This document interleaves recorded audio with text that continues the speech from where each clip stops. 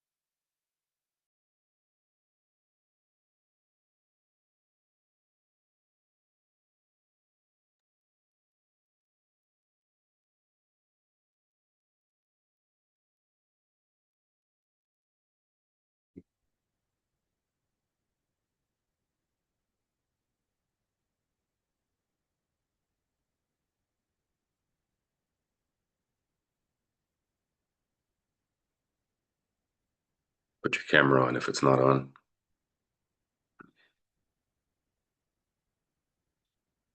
Let us see your beautiful face.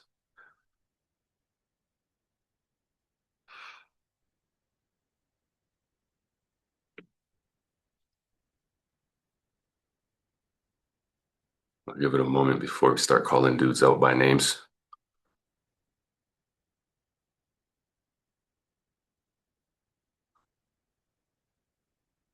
Everyone's loving Maxim's crown. Ooh-wee. Ooh-wee. We did it, yo. We did it. We did it. The energy right now of the crown feels like the energy of it's interesting. It feels like the energy of completion and the beginning, which is also when you tune into God, the beginning and the end. And how are y'all feeling? How are y'all feeling? Drop in the chat. How are y'all feeling right now? Like a king, alive, joyful baby, overwhelmed, chill, relaxed, raw, I, exhausted, present, fired up, ready, somber, here, buzzing, cold. It's getting cold, inspired, tired. I'm having a year off after this. No such thing. Enjoying being here, grateful, in hibernation, anticipating like a kid, tired, strong, tired. Brian put tired twice. You're here and ready. Ooh. I got a whole page of notes, and then as I'm sitting here, I'm like, I got nothing for you. I got nothing for you. This is gonna be between you and God. This is gonna be between you and your life. You and how you choose to give meaning. This is between you and your faith, you and the interconnectedness of all that is. And ultimately, how can a man teach another man that? How can a man, this is you. This is you. And so we're going to start it off today, drop it into a meditation, just to be with yourself, to be with your energy centers. This, the crown, as we welcome this in and open the crown, this is the culmination of all the energy centers as we climbed up week after week, month after month together. Here we are. Here we are. And so get into a comfortable position.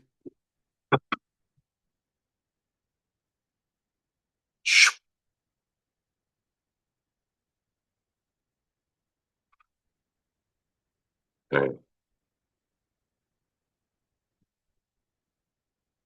So as we said, this is between you and you. So this meditation is between you and you.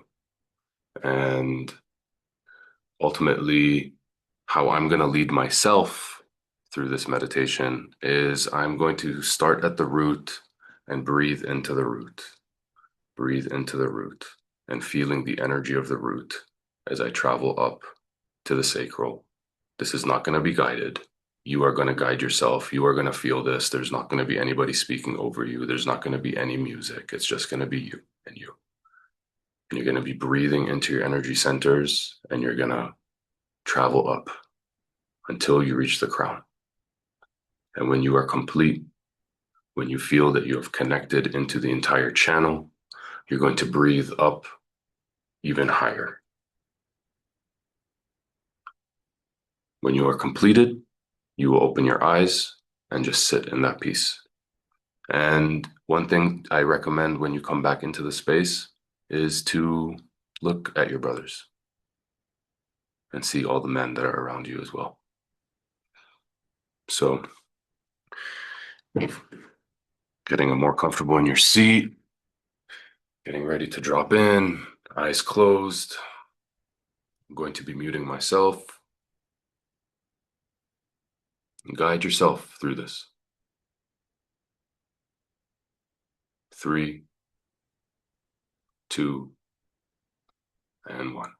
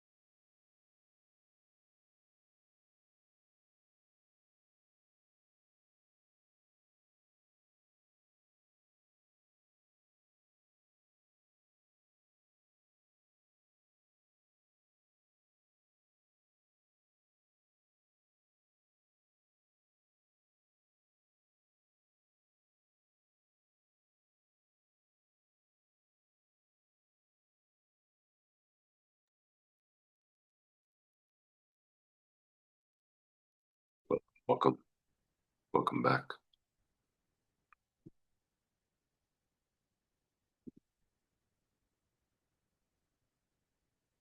It's been quite the journey to reach the crown.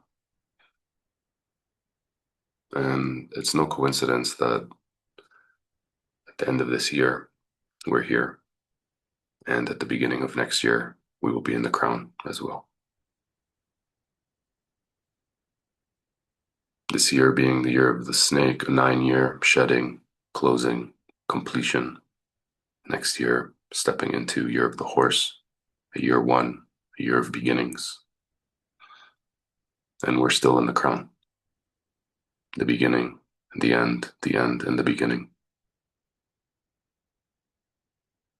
The crown is when we start to experience pure consciousness, when we start to give meaning to life, connecting into our faith, connecting into our surrender.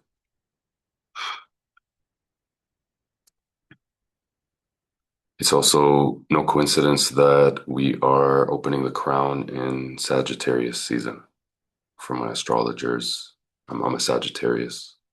For my fellow astrologers, Sagittarius is the philosopher, seeking of truth.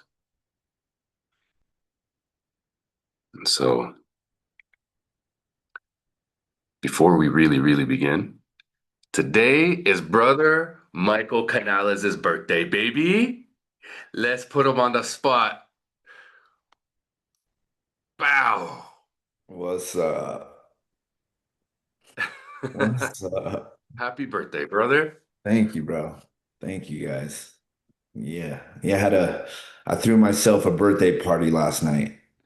And yeah, I got to bed about 5 o'clock in the morning. And it was epic. Music, medicine, friends, dancing. And so and here's the crazy part is I've never thrown myself a birthday party. This year's been about coming back to me, Mm, loving me, all of me. I'm whole, I'm perfect. And yeah, had no plans. What are you doing for your birthday? And like, you know what? I'm gonna throw myself not only a birthday party, but like I'm inviting the whole community. And it was so fire. I'm blessed. My heart's full. Um, yeah. Yeah, it's good to see all you guys' faces, man. I almost didn't make it. I almost didn't make it, but I'm like, I gotta show up. So well, we're glad you're here. Share with us, man. Drop some birthday codes on us. mm. So this morning I've already got a couple texts. We ended up doing some medicines, some heart opening medicines, and I shared the same thing that I just shared. How I'm worthy, of love. I'm worthy of friends and to give myself permission to receive Mm, and create that portal for me. Like I love myself so much that I want to bring as many people that I love together to celebrate me, not in ego, not in any of that distorted stuff. It was just purely a celebration of my healing path this last year.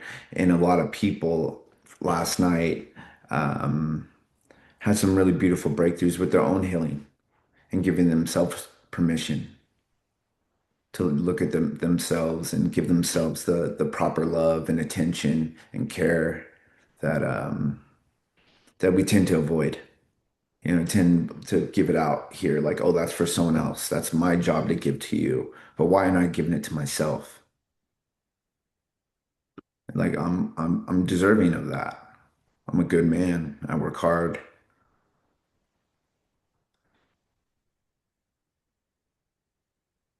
So yeah, it was really beautiful to hear.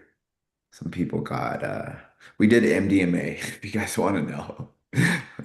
And hearts were just blasted open. There was couples here that were having those conversations and it was just really, really beautiful.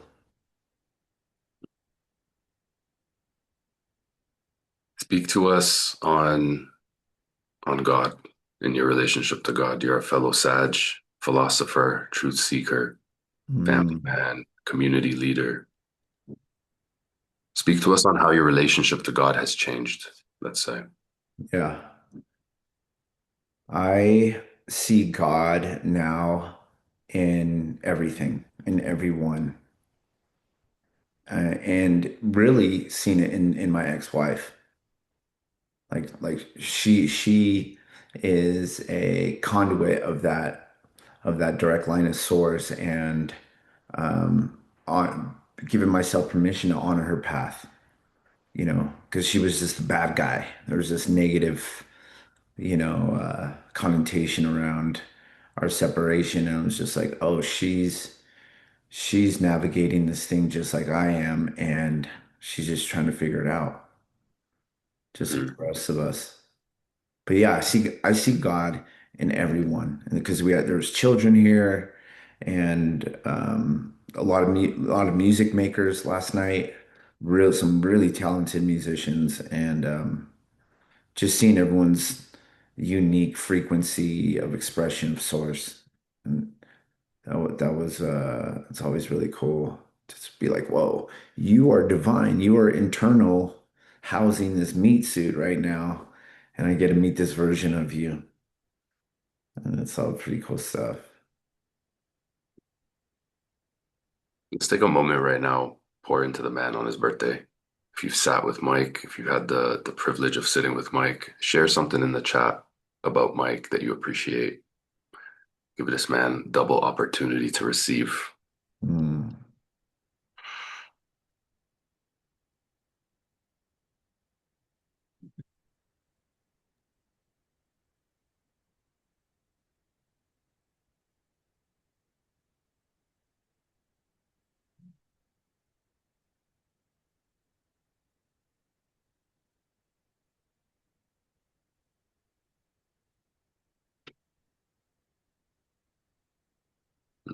thank you, brothers. Thank you. Jeez.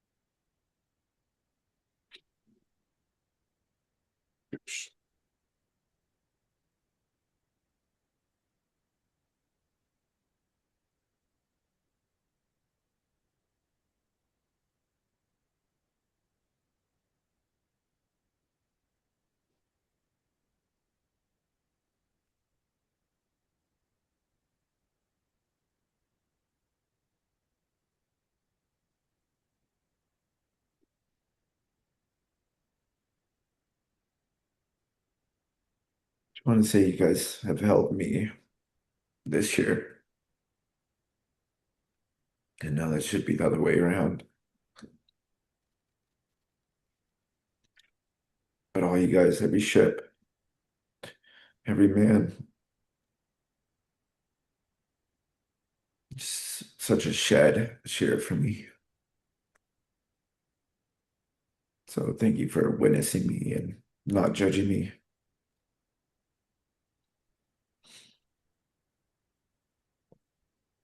I couldn't have gotten through it without you guys. I don't know how people do it without a support group. You guys just all held space for me. Thank you from the bottom of my heart. Jason said, Mike is the reason I joined the fellowship. Yeah. Yeah, I hope you fully receive all of this, man. All of this. And I didn't get a chance to write, so I'll just speak it. The way you've shown up this year while navigating a divorce, while navigating the loss of your sister's life, and still showing up, coming, beating that drum, doosh, doosh, doosh, doosh, you know. Mhm. Yeah, man, this is what it's all about. And what I see as well is the man's service work supported his healing. It kept him grounded, right? And this is something for all of us to take. Like the the the healing you offer this world is actually healing you.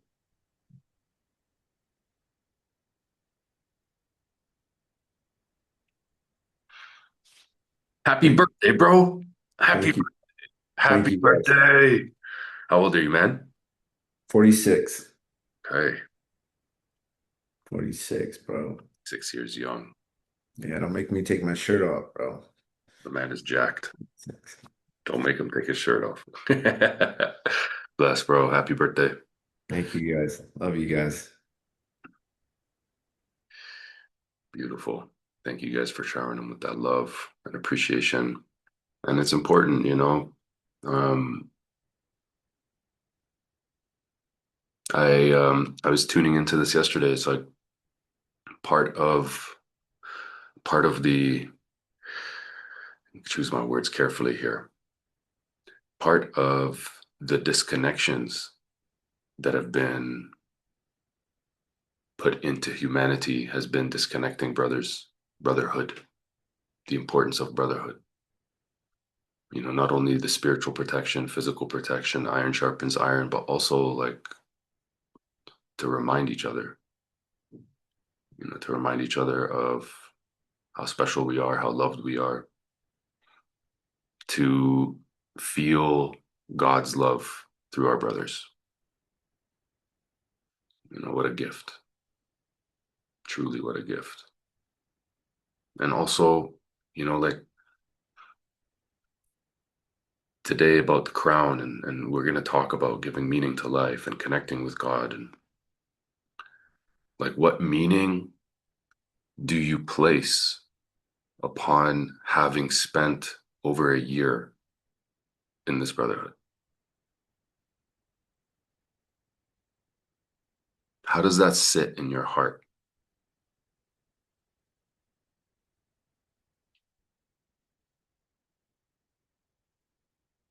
Like, really just feel into that for a second. What meaning are you placing on this journey that we've taken together?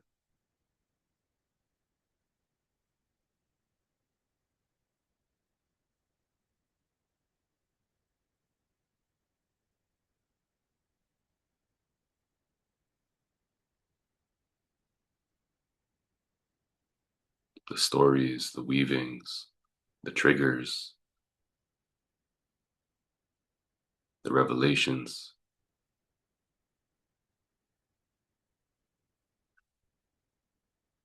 Mhm.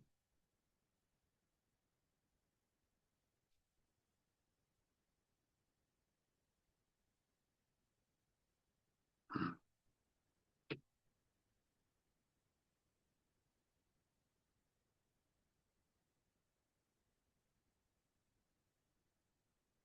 It's hard to even grasp.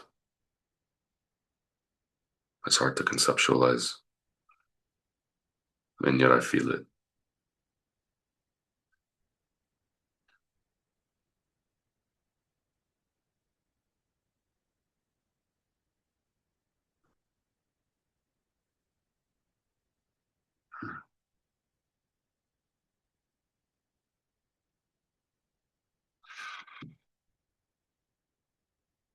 Yeah.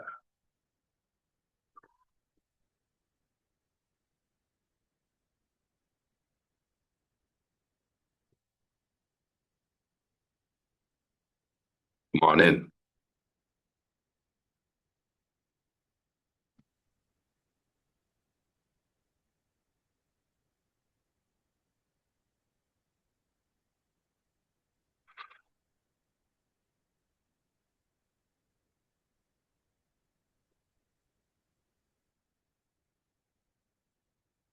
There's so much buzzing right now that I gotta pee.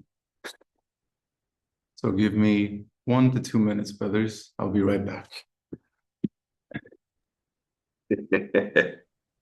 Put me on the spot like that.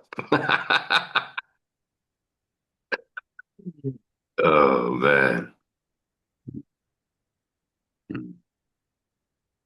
Yeah, if you got a pee, now's the chance.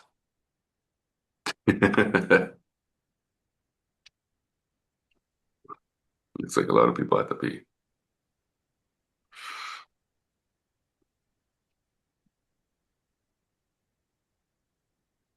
Jesse, sending you healing, man. Healing energy and love, brother. Thank you, brother. Been a fucking crazy journey. 2 weeks in hospital, dude. Wow. Like gnarly, really close call there. Not out of the woods yet, but yeah.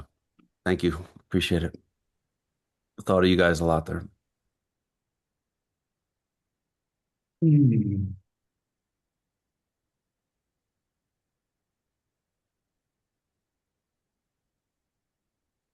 Hmm.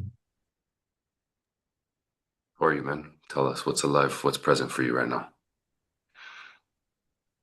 Dude, there's so much buzzing in and around my body right now that I know how close God is with us. Like, so close. So close, man. And I hope I get to be able to transfer what I'm feeling because I can't describe. I can't. So I hope and I pray that I'm able to transfer how I am feeling on this day to you guys in some form of fashion over the next 45 minutes to an hour.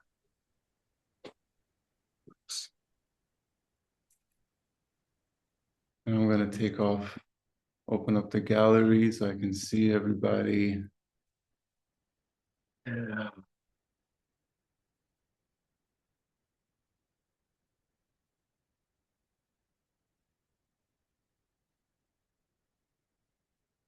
Mhm. Whew.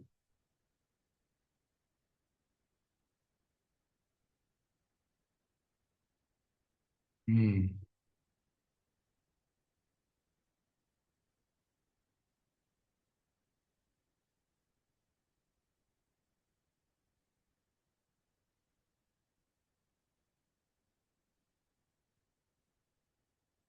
Ooh-wee. Mm. So, my friends, before I go any deeper and begin, I want to bring in my ancestors. I want to bring in my ancestors, the people of Iran, and more importantly, the Baha'is of Iran. And if you've never heard of the Baha'i faith, it's a spiritual movement that started about 200 years ago in Iran. And it's the spiritual teachings that I grew up with. And it's something that's very near and dear to my heart. And it's a living teaching that I hope to be able to share with you some of that today. And as we speak right now in this moment, my uncle, he is in prison right now in Iran for literally doing what I'm about to do over the next 45 minutes or so. And that is to teach consciousness and shine light. And so my ancestors for over the last 200 years have been tortured and imprisoned and exiled and killed our homes taken away, our businesses taken away. And so bear with me as I'm also unraveling 200 years worth of ancestral trauma from my system. Because what I'm about to share, my ancestors got killed for, and like I said, imprisoned for. And if we were to have this call in Iran right now, we would all be in prison. Like, isn't that wild, yo? Like, how wild is that? You would think we're just getting together and we're doing some pretty important things, but straight to jail. Straight to jail. It would take one person in here to notify the authorities, like, hey, this is happening. Straight to jail. For God knows how long. And so I really want to honor my ancestors in that and ask for their prayers and for their protection and assistance.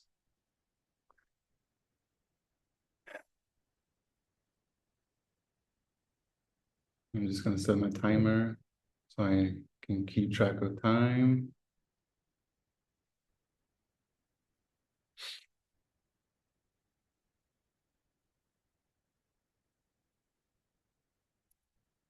And the next thing that I want to bring in is to reiterate the last 13 months, y'all. Like the last 13 months, what we have done and who we have been. Like, holy God. Jeez. This is no small thing, my guys. If you're anything like me, it's easy to just jump over it and go to the next thing. But to be able to slow down and really, really see ourselves in who we have been and what we have done over the last 13 months. And to celebrate, yo. To celebrate. And this is part of the crown realm, celebration. Celebration. And so I hope part of today in my offering and transmission, you get a sense of joy and celebration out of this.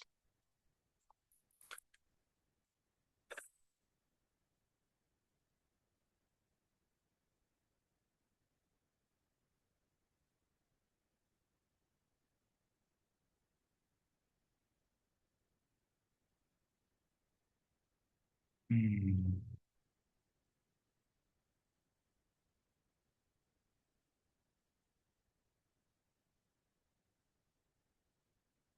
And so the next thing that we're going to do is we're going to ground even more. We're going to get a little bit deeper because today's journey is all about how deep can we go?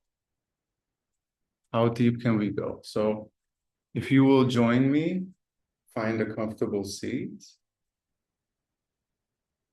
And we're going to do some presencing practice with ourselves. We're going to take the right hand, put it underneath the left armpit, and the left comes over the right.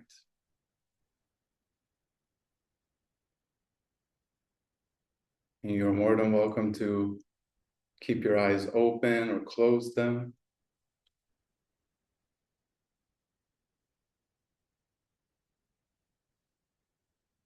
And we're going to spend the next minute or so here in this pose, holding ourselves.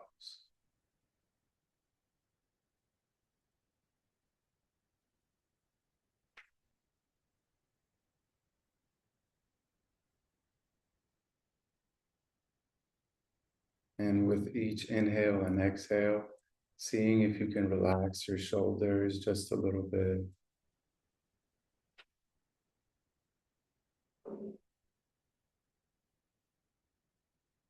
See if you can relax your belly just a little bit more.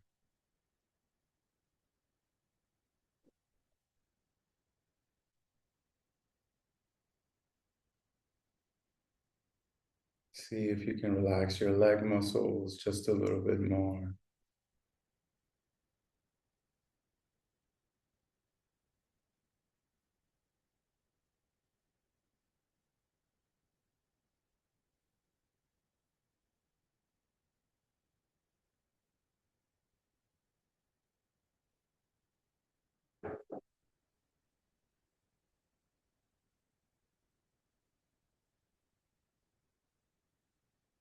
And taking one deep inhale and out. And on your own pace, releasing your arms back to their natural pose. Coming back.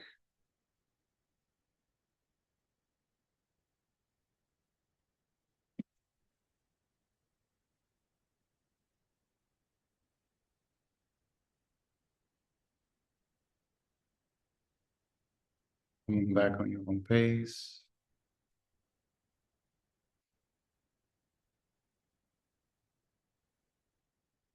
And I want you to put in the chat, I want you to put a 1 if you were able to feel just a little bit more calm or just a little bit more still or just a little bit more grounded. If your thoughts slowed down just a little bit, if your focus increased just a little bit. Good.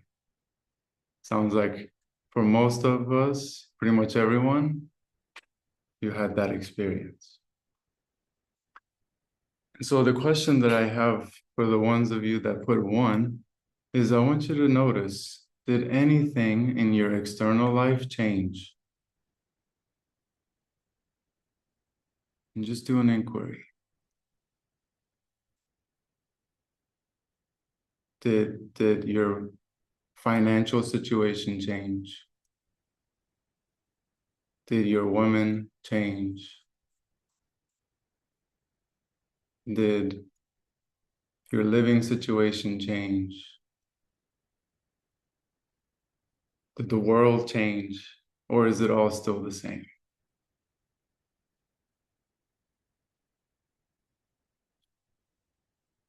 So you're probably saying to yourself, no, everything stayed the same. Yet you felt a bit more calm. Yet you felt a bit more relaxed. Yeah. Something in you changed. Exactly. Sorry. Beautiful. Welcome to the power of the crown, gentlemen. More importantly, welcome to the power of your bodies. For like 1 to 2 minutes,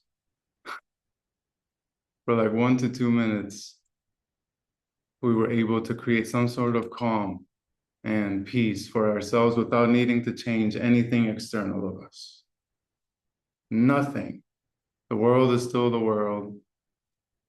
Our job is still the job, but we felt a bit more calm. Yeah. And this is part of the crown. This is part of the knowledge of the crown. This is part of the realm of the crown, which is all about understanding the power that God has placed in us. Yes, yes, beautiful.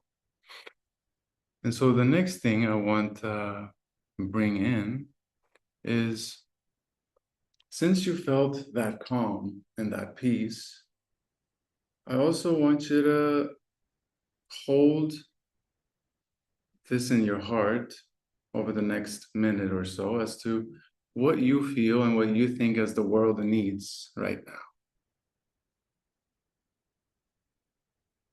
And just contemplate that for the next minute. Like, what is the world needing today?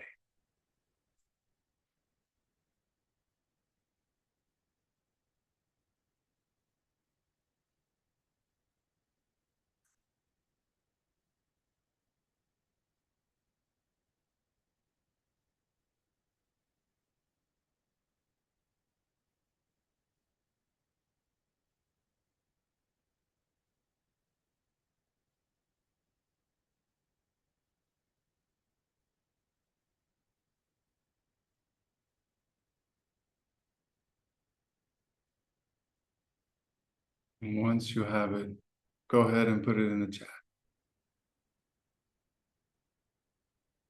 Mm,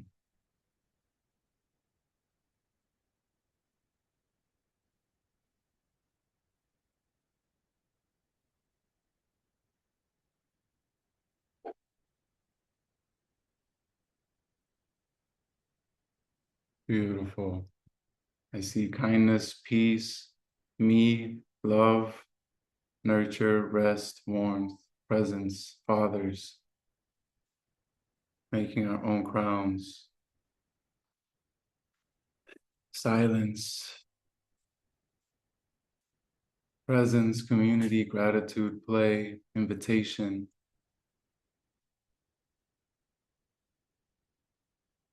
Beautiful. Hutan. Yeah.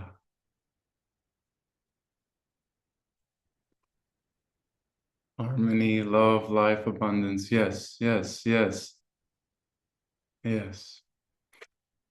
And so the next thing that I want you to do is tap on the three dots next to your box, in your box, and I want you to rename yourself to what you think the world needs. The same thing that you put in the chat, I want you to rename yourself as such. If it was love, rename yourself as love. And you can rename, it's at the bottom, once you hit the three dots at the corner of your box. Yeah. Yeah.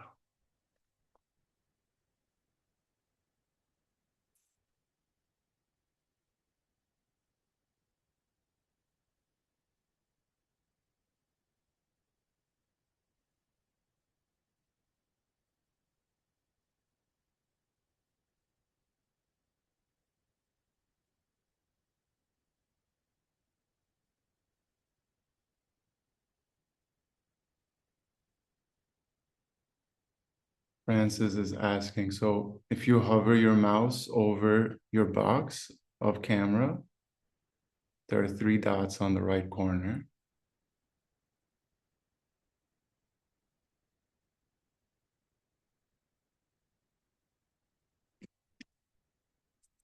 And then there's rename all the way at the bottom. In the phone, I'm not sure. Sorry about that. Someone says if you are on iPhone, just hold your picture.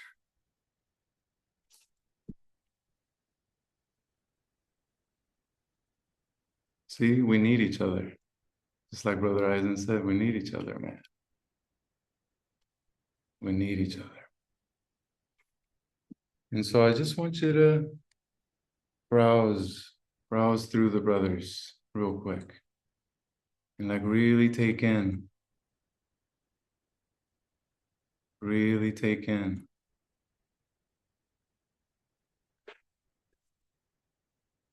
the names that each brother decided to rename himself as.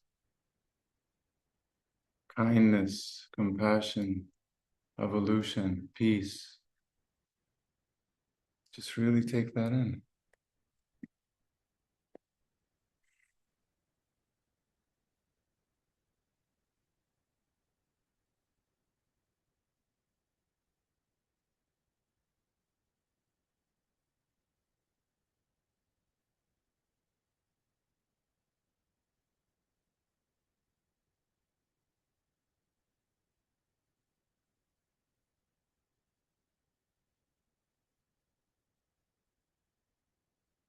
What I see when I see all of your names is it's all the same thing.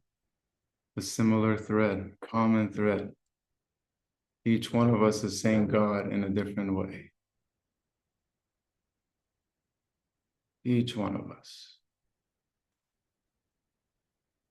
Each one of us is saying God in its own unique way. Whether that's presence, kindness, love, peace, Father.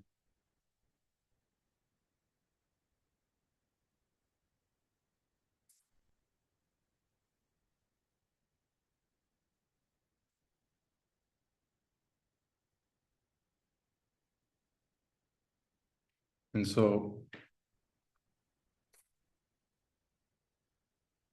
before I go even further, I want to clarify a certain number of things because I'm going to be using the word God a lot. And if you were anything like me, before my eyes opened, it was easy for me to say God. But once I started to understand what's happening and my eyes were opened, I couldn't say God. I couldn't say God because I didn't want to be associated with you know who. I wanted no connection, no association with those who shall not be named. And so it's been a couple of years of learning to feel safer and more comfortable in saying the word God. And the reason for that is it's a reclaiming. It's a reclaiming of some sort. It's a reclaiming because God is mine too. God is ours too. And so when I speak the word God, it's a little bit different than what we're all used to.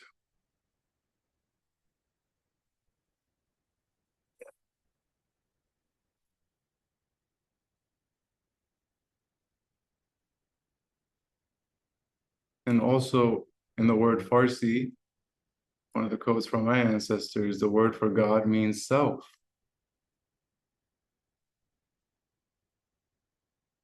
Like the word that we have chosen to place on this intelligence is self. And so when I say God, I am also referring to the God, to the infinite intelligence in you.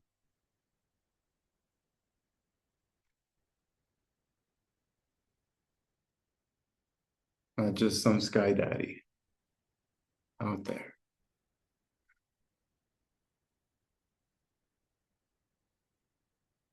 And it's so very, very important. It's very, very important because this relationship is the foundation of our life. How we understand God, how we interact with God affects how we live our lives as men. And the second reason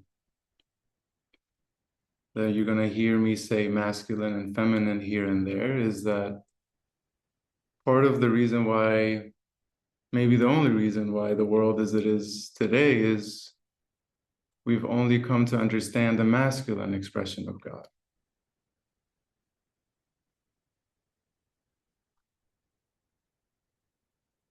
We've come to only connect with the masculine presence, energy of God, and completely disregarded the feminine. Completely.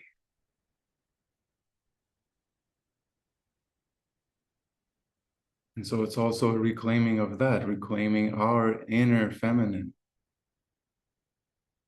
reclaiming our bodies.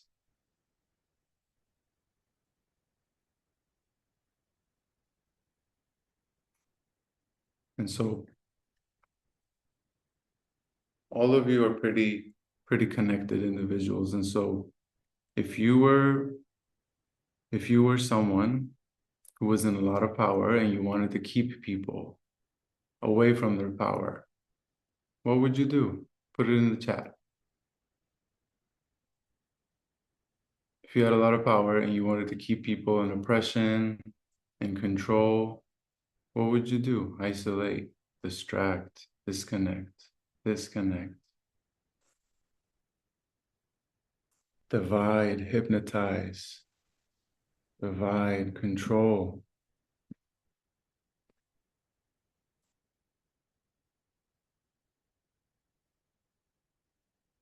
Isolate, survival loop. Yes, yes, yes. Doubt. Yes, False idols, yes. Just saw your thing, Seth. Manipulate, yes.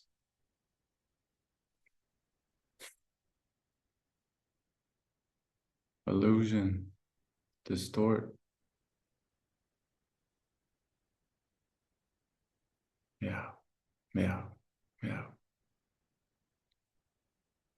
So each and every one of you are essentially saying the same thing in different way of disconnection, disconnection, disconnection from God, disconnection from God.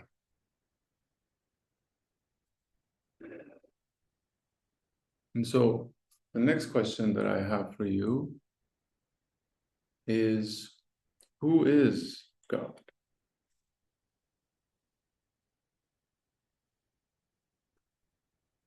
Who is it? And so, in your own words, tuning into what you feel and what you think and what your experience has been.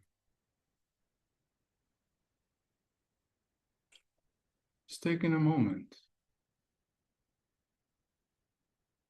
Taking a moment to tune into that.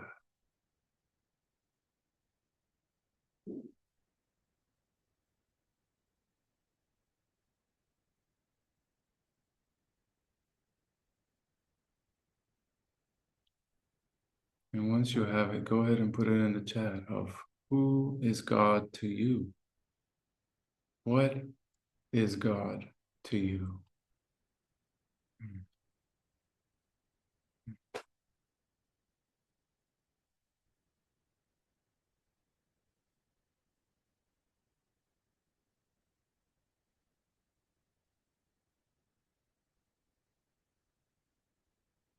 All that is, everything that is pure potential, source, pure consciousness, everything and nothing, great mystery, pure perfection,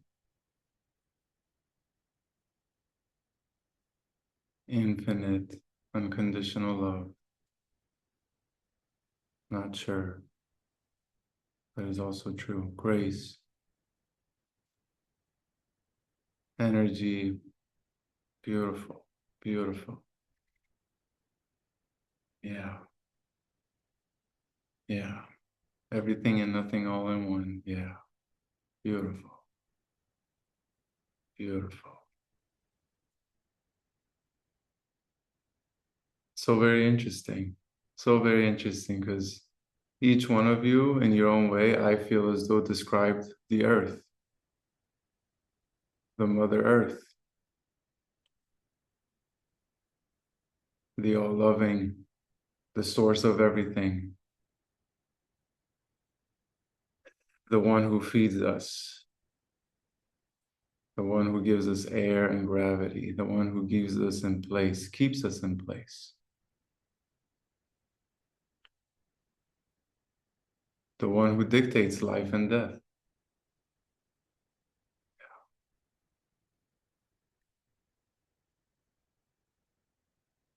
So how you disconnect people from God is how you disconnect them from the earth, from the mother, from the body. And how you do that, you have this named a meat suit. The greatest piece of technology ever created. It's called a meat suit. Isn't that fascinating?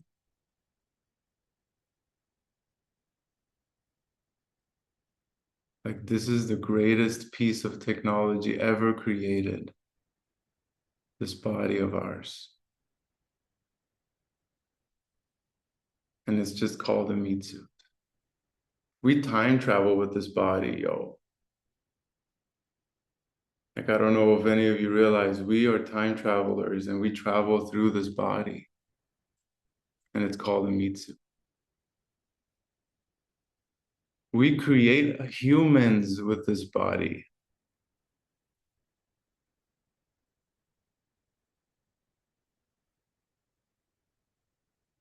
we create humans with this body, but it's called a meat suit. And so the disconnection runs pretty deep. The conditioning, the stories runs pretty deep.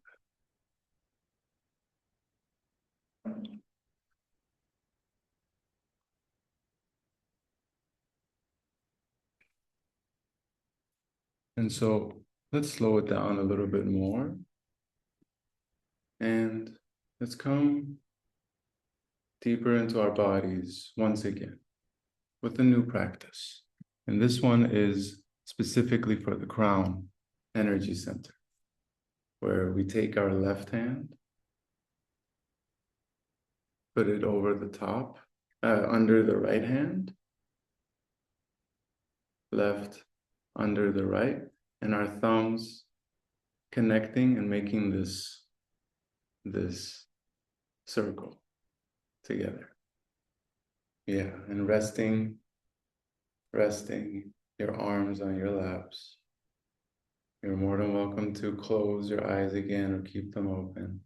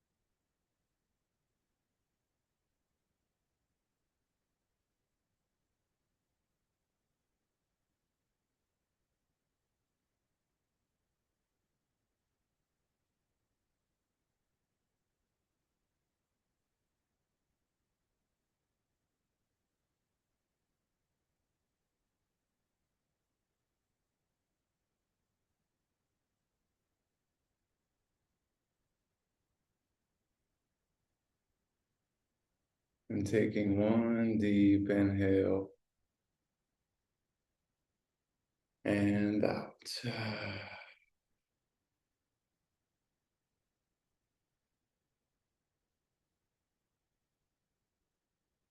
And on your own pace, coming back to the space again.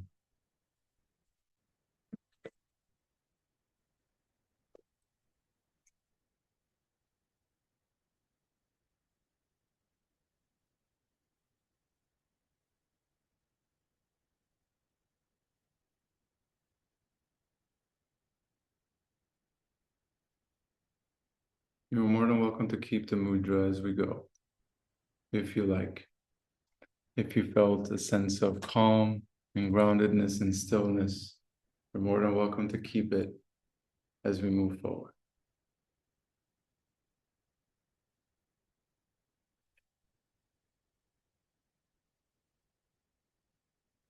Seeing some yawns, seeing some movement, it's a great sign.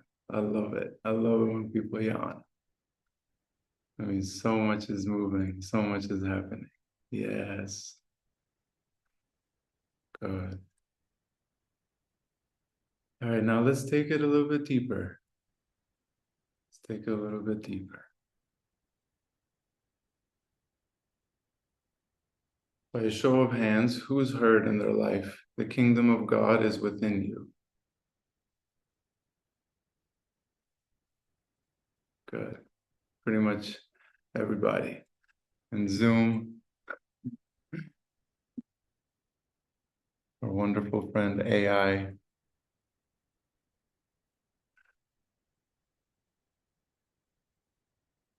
The kingdom of God is within you.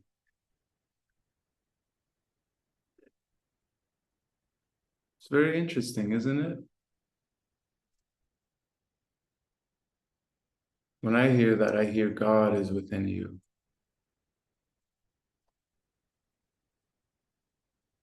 When I hear that, I hear God is within me. And so let's see what doors we can open up with this key. Because God is within me is just the key. Many people may think that this is the end goal, that God is within you and you're done. But no, it's just the key that opens doors. It's just the key that opens doors when we contemplate on it. So let's contemplate. Since God is within me, by definition, I must be inside of God.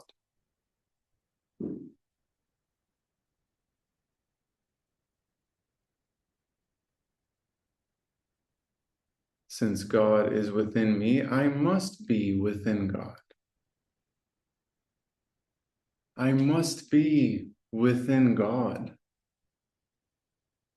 This universe, this existence, this life that we're in, I must be in something greater. I must be in this womb-like container.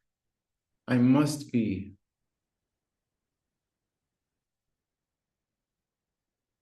And since all of you experience God as all that is, as love, as pure potential, as presence, as grace, then you're in it. You're in it. You're in it.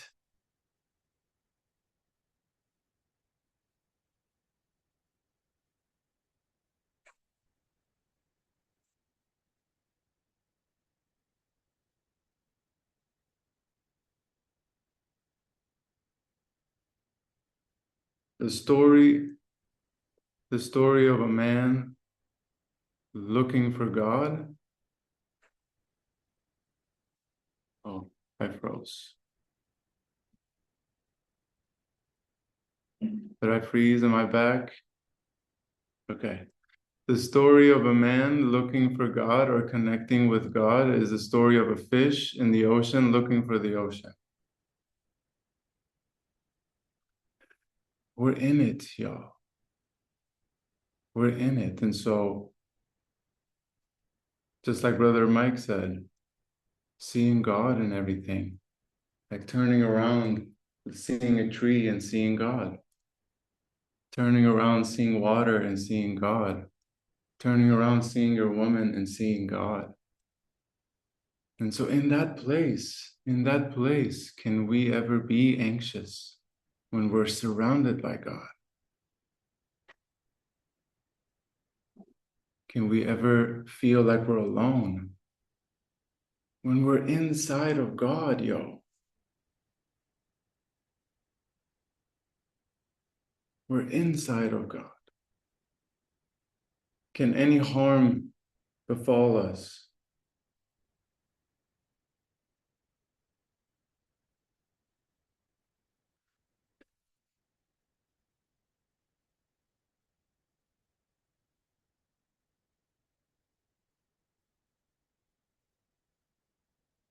And so that's just one of the doors.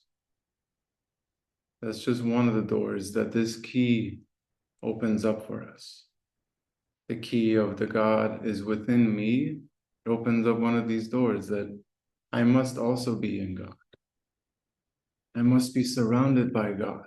I must be surrounded by love, by grace, by compassion, by mercy, by bounty, by generosity, by compassion. It's all around me. It's all around me.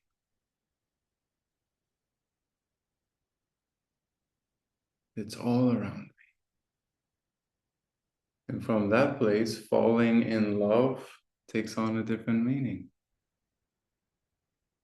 takes on a different experience. Now let's take it a little bit deeper. Let's take it a little bit deeper. From your own experience,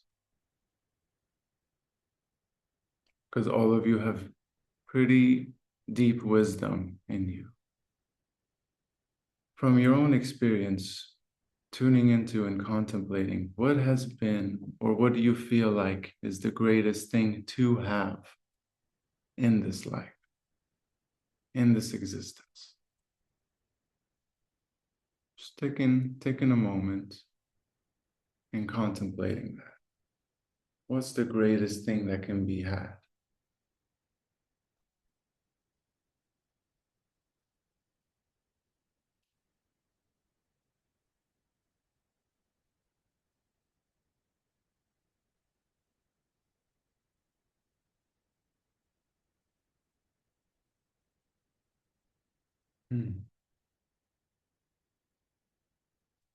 Peace, love, connection, health, passion, awareness, unshakable faith, health and faith, experiencing God with a clean mirror, God's love, freedom and faith, profound knowledge, health, physical, emotional, spiritual. Beautiful, beautiful. Seeing through God's eyes, beautiful, beautiful. Creation, yeah, yeah, yeah. Beautiful, beautiful. So much wisdom in that. Peace, health, relationships. Yes, yes. Now let's go back to God is within me. And let's see what other door this key opens up. We already talked about how since God is in me, then I must be in God. Now, I ask you, can anything be greater? Can we have anything greater than the one in this life, than the one that created this life?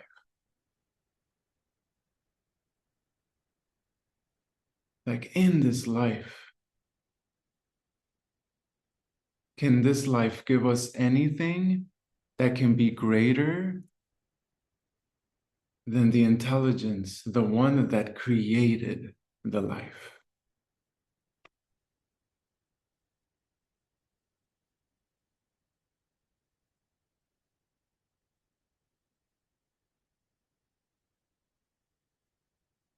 Since we already have God in us, can we have anything greater than God? Can we have anything greater than God? Can we have anything greater than the power to create? Can we have anything greater than the power to know? Can we have anything greater than the power to be aware? Like, can there be anything inside of this life that can be greater than the one that created it? And we already have that, yo. We already have that. We didn't have to work for it. We didn't have to earn it. We didn't have to do shit for it. It was handed to us. Handed. Like, that's how much we're loved. That's how much we're loved, gentlemen. Like, we already possess the greatest thing that this life can offer.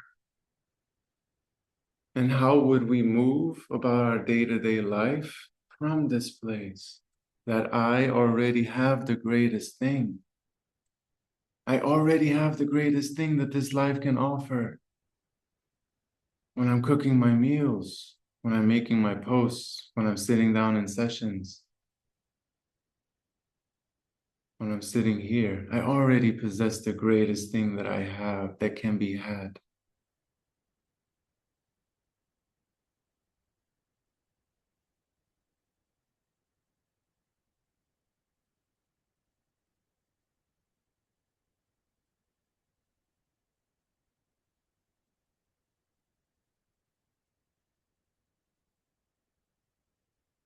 That's how much we're loved, gentlemen.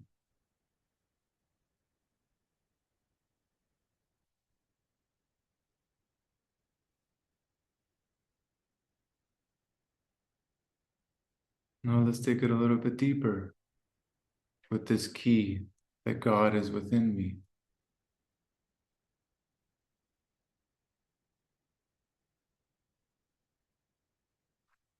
God has chosen to put itself in me, guys.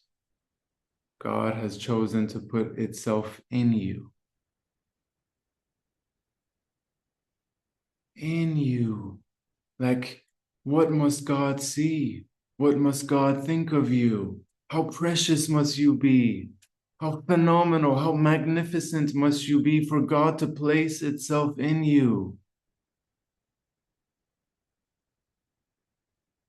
My God.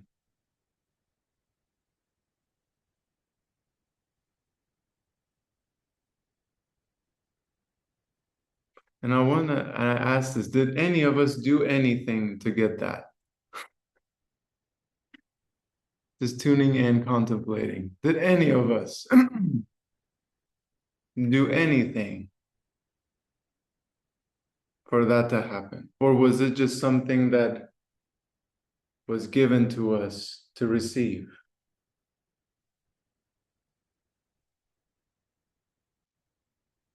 Even before other lifetimes. I'm talking about before existence. We're talking about before existence, gentlemen.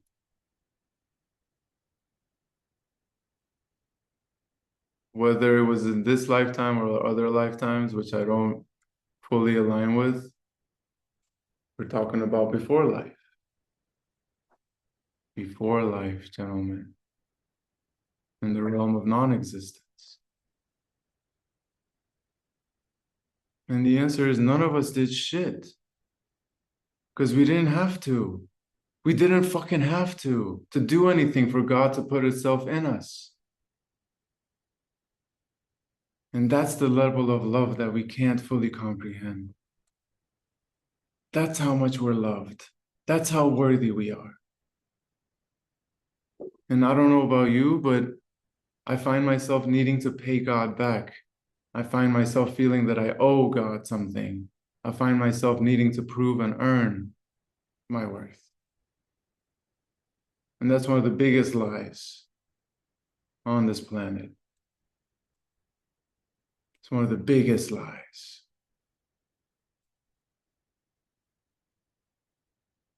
It's one of the biggest lies.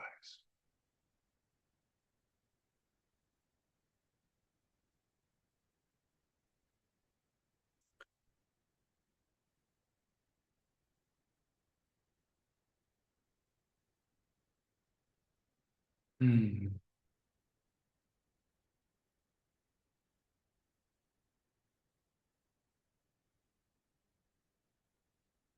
And like I said before, this in some way is a reclaiming of that. This path is some way is a reclaiming of God for yourself. Like we said earlier, it's you and you, between you and God. And as the Sufi saying goes, between you and God, there is no between. Between me and God, there is no between. And so part of this journey is you claiming your throne, claiming your kinghood. And I don't know about you, but the throne for me is this body. This is the throne right here. This body, this vessel, this advanced piece of technology, this God. Like this body is God, y'all. In its feminine expression, this is God.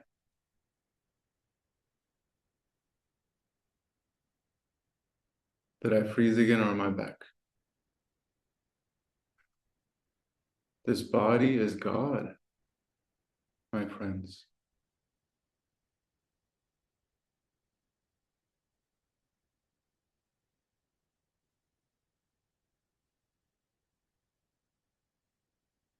And so part of this journey is loving on this body, respecting this body, revering this body, seeing this body.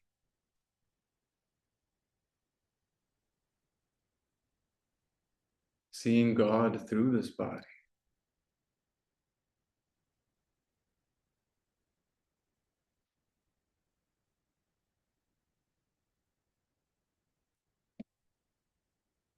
And so what I'm gonna close out my offering for today is with a little bit of meditation and a little bit of dancing together. A little bit of meditation and a little bit of celebration together. And that's why I asked you guys to create your own crowns. Because we're gonna crown ourselves. We're gonna crown ourselves.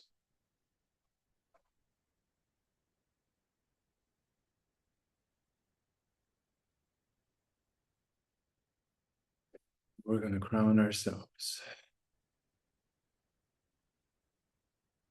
And so, if you made your crown, I hope you made your crown.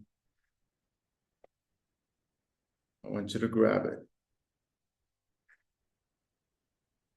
want you to grab your big, beautiful crown.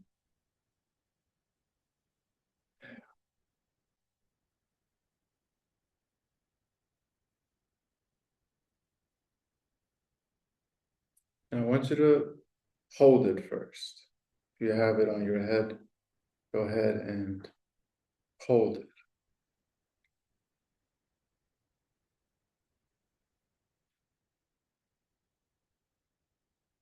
And place it in your lap. Place it on your hands. And very gently close your eyes.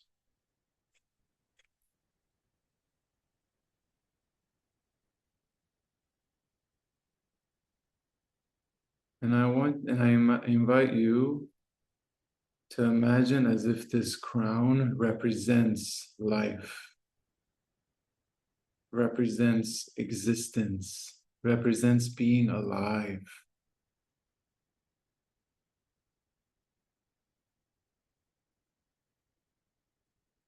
Imagine as if this crown is life itself.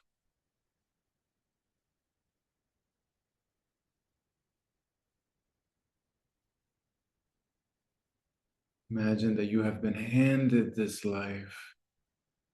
You have been handed this existence just out of sheer pure love. Pure love. A love that could not hold itself together and had to create itself in forms and shapes and sounds and colors. It had to burst because it could not keep it together. It could not keep it to itself. That level of love.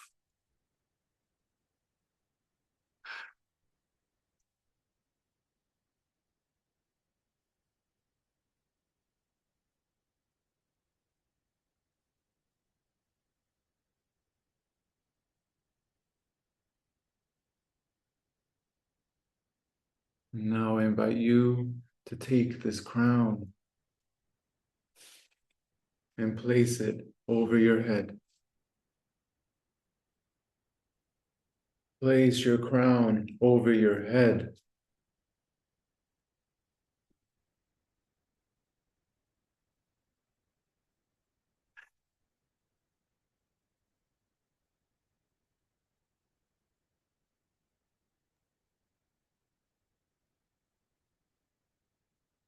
Feel the crown on your head.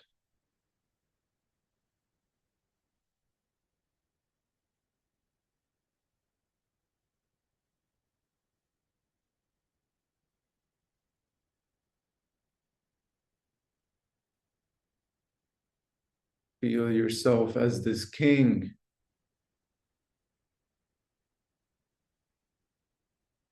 As this king who is sitting on your throne.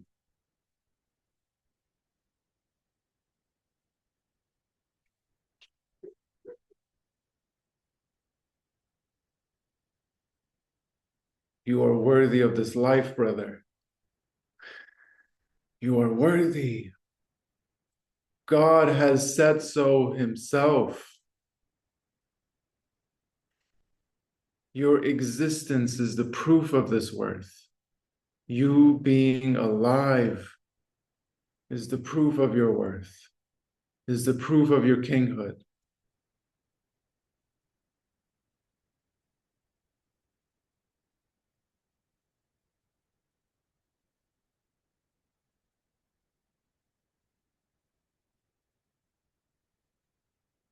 See if you can deepen your breath in this moment.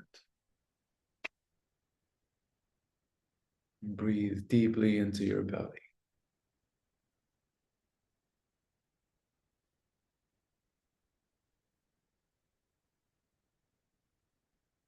See if you can erect your spine just a little bit more.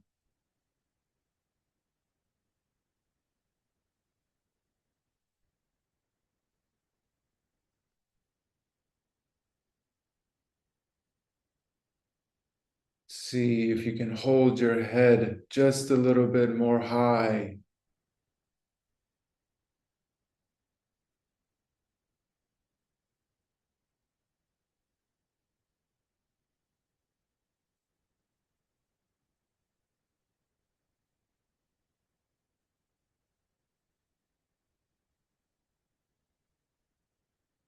And repeat to yourself internally, you're a king.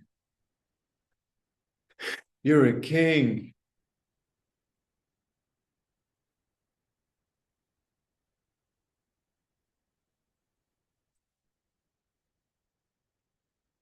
You are a king.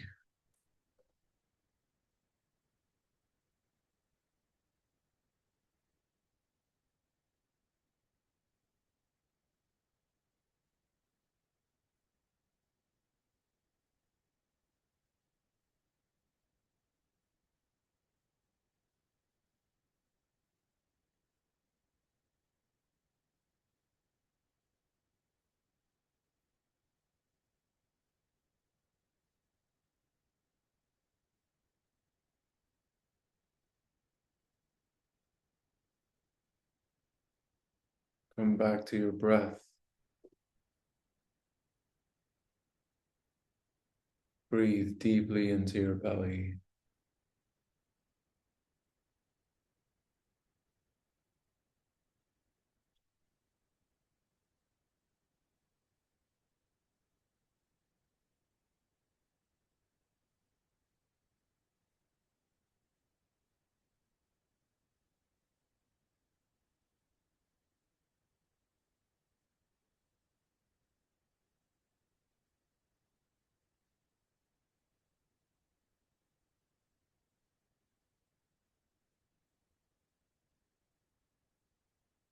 And I invite you to keep your crown on as we gently make our way back into the space on your own pace and timing,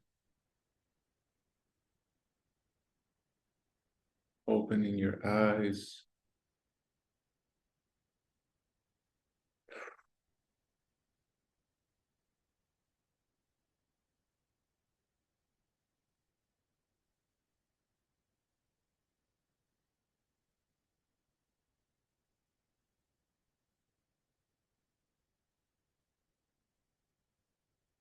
Oh, yeah. Whew. And take a video of us with our crowns, baby.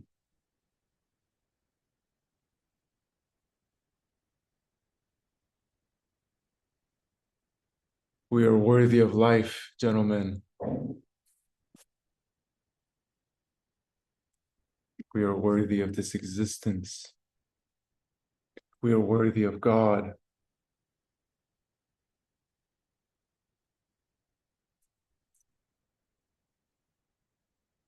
Beautiful, beautiful crowns. Beautiful crowns. And as I wrap my offering, we're going to celebrate together and we're going to dance with our crowns on. All of us. All of us. So I hope you like EDM. I'm going to play us an EDM song. I hope you like it. I hope you can find a rhythm to it and dance. And I hope you dance, bro. I hope you dance. I hope you dance because God is in you. God is in you, my friends. God. Fuck yeah. I'm gonna put the song on.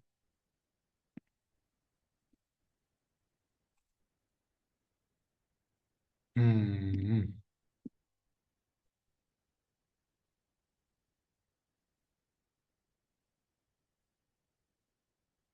Dance like no one's watching. No one's gonna be watching you anyway. Dance like no one's watching. Dance like this is the only moment you have right now. Dance like there's no tomorrow. Dance for yourself. Dance for the last 13 months. Dance for the level of shadow that you've faced. Dance for all the tears that you've shed. Dance for all the lies that you had to bring to light. Dance, dance. So I'm going to put the song on and we go. Play the music already, man. Let's go.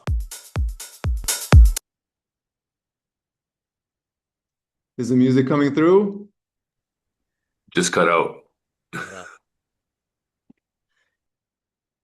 Why is it not playing? No. I'm going to redo it.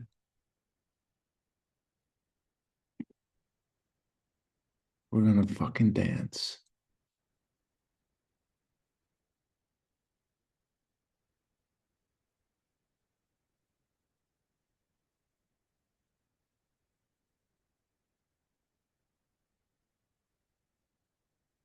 What about now?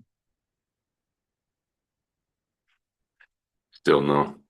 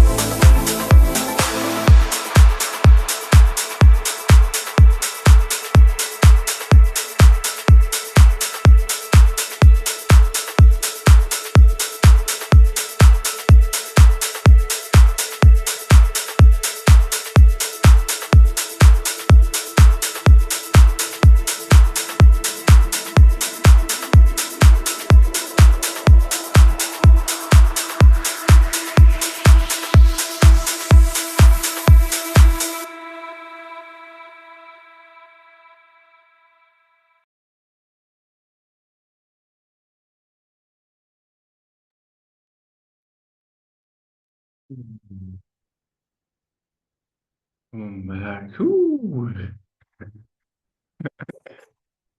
Yeah. Yeah. Yeah. Yeah. Woo-wee. Yeah. Oh,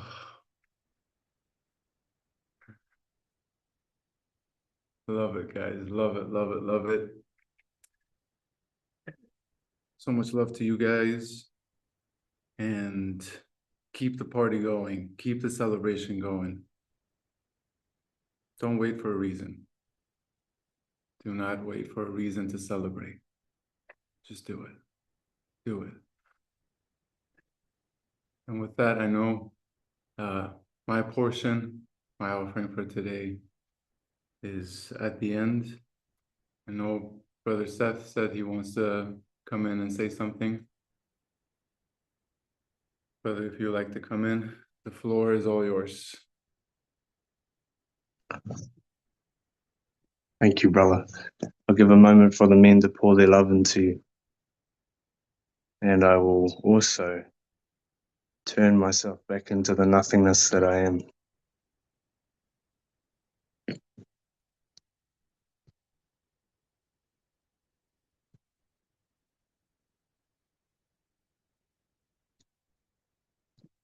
Mm. Do you mind pinning me there, brother, for the men?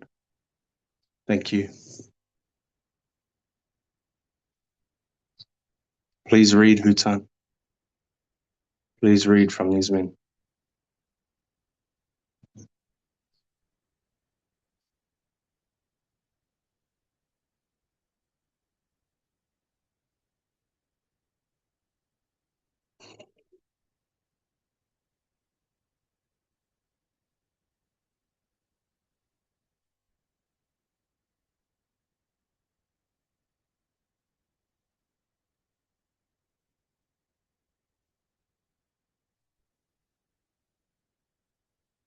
Mm.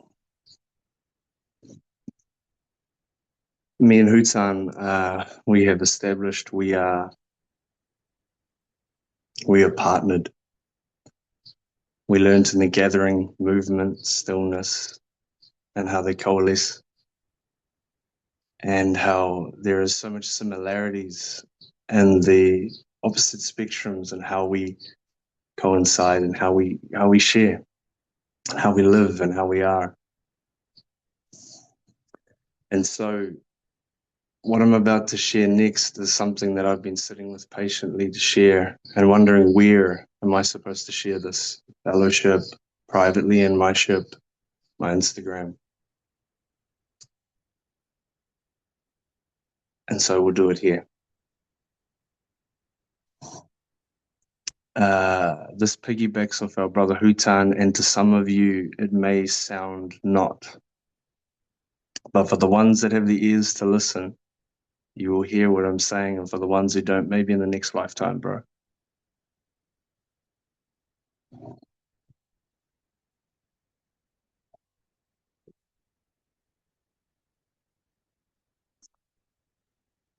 One of the single most greatest psyops I believe we've ever been fed is worthiness.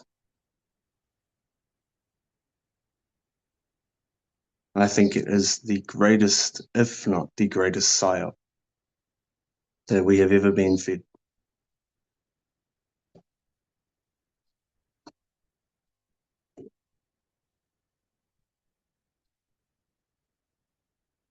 Worthiness will have you seeking expectations that you created based on the imprints of the world around you and your own meaning of who you are and what you're here to do. Set the scale high, miss the mark every time, and shame yourself and blame yourself and hurt yourself and hurt others because of the expectations you put on them. Now, I believe, I know, I'm willing to die for this. I know that at the root of my being, I am unworthy.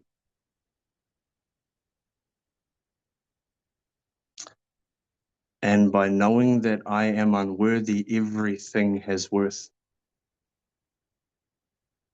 Now, I'm not saying to feel unworthy. There is a difference between feeling unworthy, shame, guilt, pain. I'm talking about your existence. You are unworthy. And so for the man who understands what I'm saying, he will unlock the breath of life. The man who understands that I'm not even worthy of any of this suddenly receives the breath, and that's enough, let alone dinner, a wife, friends, music, romance.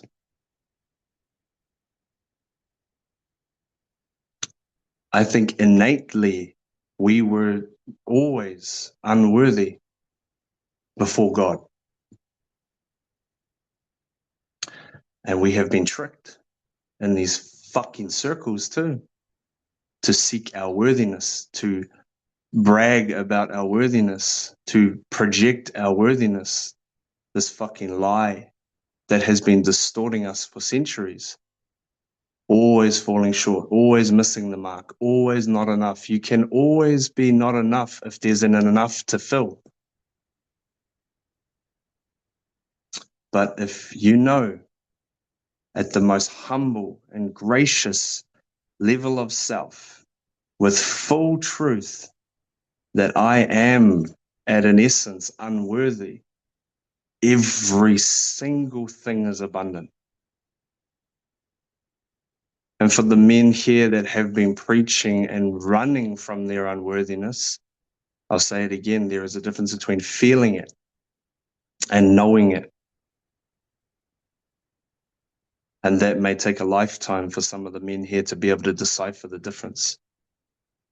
And this may just sound like I'm sending you into psychosis after all the years you have been working your ass off to remove the feeling of unworthiness, not knowing you are unworthy. It is because my dear brother Hutan knows this in his soul, that he watches the sun rise and cries, the unworthiness of my existence, and here I am receiving God's grace, receiving, constantly receiving, palms open. You see, the unworthy receives, palms up. The worthy grasps and clutches and says, this is mine, this is mine, this is mine. I'm worthy. I'm worthy. Greed. Greedy fucks. All of us. Greedy fucks. This is mine, this is yours. I should be here. I should be there. But I've done my worthiness mantras. But I've proven it to you, God. But I sacrificed, God. But I did all these things. Reflect back to me my worth. And so you set a benchmark and you fall short of it every time in your union.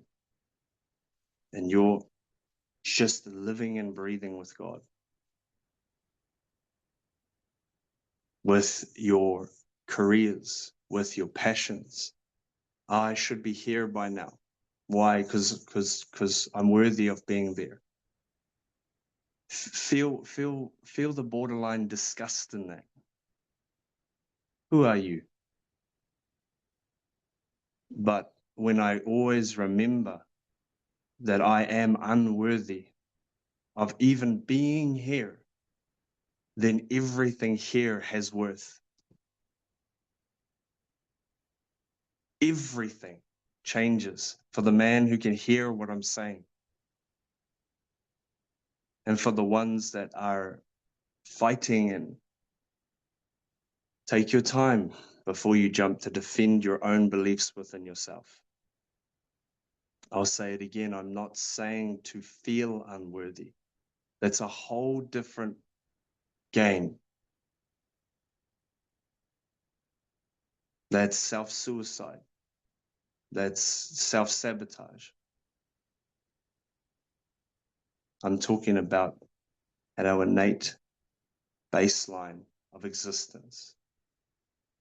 As our brother was saying, we're here. You know, God itself proves to me that I am worthy. Just knowing that the highest I could get to is having God within. And so to create this kingdom, this temple, this shrine, this place, and I'm talking about the spiritual heart, not so much the pressure that we do put on our bodies, because we are allowed the grace of God to fall short when we try to take care of our bodies and diet and things like that. I'm talking about the soul of your temple is waiting for God to enter at every moment, and God has entered from the moment you were born.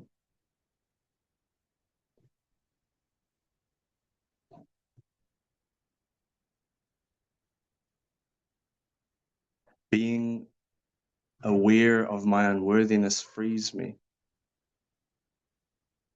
It lifts me. It showers me. It makes every single thing in my life a blessing. And we've all heard this, be grateful, be grateful. Try to be a man of worth and be grateful. Try to be a man who's seeking his worthiness and be grateful. And then try to be a man who just knows he is unworthy, and then see how that feels. See how that really feels. To not be searching, to not be looking, to not be trying, to accept who you are organically, to accept your place in this realm, and then feel life come to you.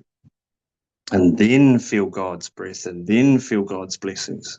Some of you are like, oh, I have trouble with my kids. They're unworthy. Says, fuck, I got kids.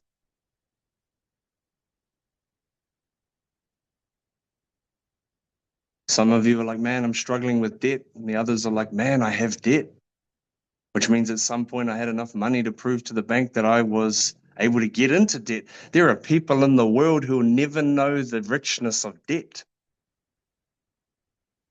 What it feels like to be in debt.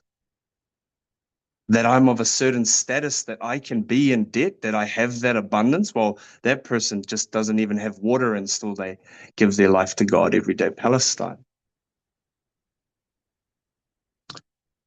See, they're not feeling unworthy. They know they're unworthy. And so everything is a gift from God. Everything is graceful. Everything is freedom at the highest possible point. Every breath, every drink, 5,000 years ago, we used to just pray that the sun would rise. That was our biggest thing we cared about. It was just, please rise tomorrow, weird thing that provides for us. Now we're fucked off. We didn't get the seat we wanted on a plane. See, because you're worthy of getting the seat you wanted, right? You fucks. See how we are? See the slippery slope we've been on for quite some time? No wonder God looks at us and still he doesn't get it. Okay. But with the great compassion that I possess, says God, I will continue to try. Maybe in this lifetime. Maybe in this lifetime he'll see. And so, brothers, take your time to really connect with the unworthiness that we all are unworthy. That it's not about feeling. Deal with your shit. Okay? Stop blaming your fucking mothers. Deal with your shit. But separate feeling, the game, and how you've been missing the benchmark, missing your shots, and then judging yourself, which has created your unworthiness, a palpable shift between the benchmark I set, and now I can tell where I am in regard to it. See what you've done to yourself. See what you've done to your wife. Thought you would have been less weight. Thought you would have acted this way. Thought you would have. Because why? Because, well, I'm worthy of a wife like, you fuck. There you go. Thinking you're God. There you go. Thinking you know more. There you go. Spiraling into worthiness and the psyop that it is trapping you and boxes. No, the man who knows God knows his place with God. The man who knows that, are you fucking kidding me? Take your hands, brothers, and feel something next to you. Feel the couch. Feel the couch, you ungrateful fuck, for being able to feel. Feel your nerve fibers feeling and how ungrateful you've been for that. Listen to something. Smell something. Think of something. Maybe you walk different now with your wife and your partners and your brothers because you'll remember, man, I was never worthy of any of this. And so every single thing I get, when I'm already the bottom of the bucket, it can only go up. Give me 10 cents. Man, that's 10 cents. That's $1 I didn't have. Oh, thank you, gracious God. And then the other man, well, I thought I was going to get $100, so I've only got less 99. Fuck you. Fuck you, fuck you, fuck me. Nah, bro, just fuck you. That's all. Fuck you and your entitlement. Fuck you and your entitlement. And I'm speaking to myself here too. I'm a man who only preaches what he has. Well, let's put it this way. I get practiced constantly in what I'm preaching until I can finally preach what I've practiced. So yes, I am the fuck that I speak on. I am the idiota that I speak on, who had thought that he was worthy of more. See, as I share this, if you're able to connect with me, can't you feel the subtle embarrassment of yourself? And like, oh my God, that's how many years now I've been so entitled, so egoically wrapped around this idea that I am more valuable than the value of life itself. And the blessing to be here, to breathe, to move, to dance, to listen, to share, to absorb, to oh man, you gave me 40 years, great. But everyone comes to the funeral and says he only had 40 years. He died young. A whole bunch of ungrateful fucks praying over an ungrateful fuck.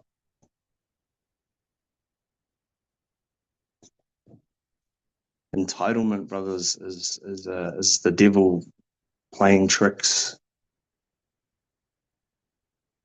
Entitlement will have you thinking you're God, and I don't mean the God that we know, like our brother is speaking of.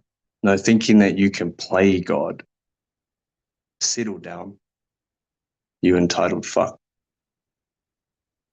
Open yourself to receive, right? Gripped fists can't hold what God is trying to give you. Another interesting one to this is, I almost feel like we got trapped in ask and you shall receive, and we forgot that there's a higher level of faith where the man who truly knows that God is real doesn't ask anymore. Why? To ask means you don't trust God. It's like they missed the part. Ask and you shall receive until you finally realize you no longer need to ask. Because if it's meant for me, it'll be there.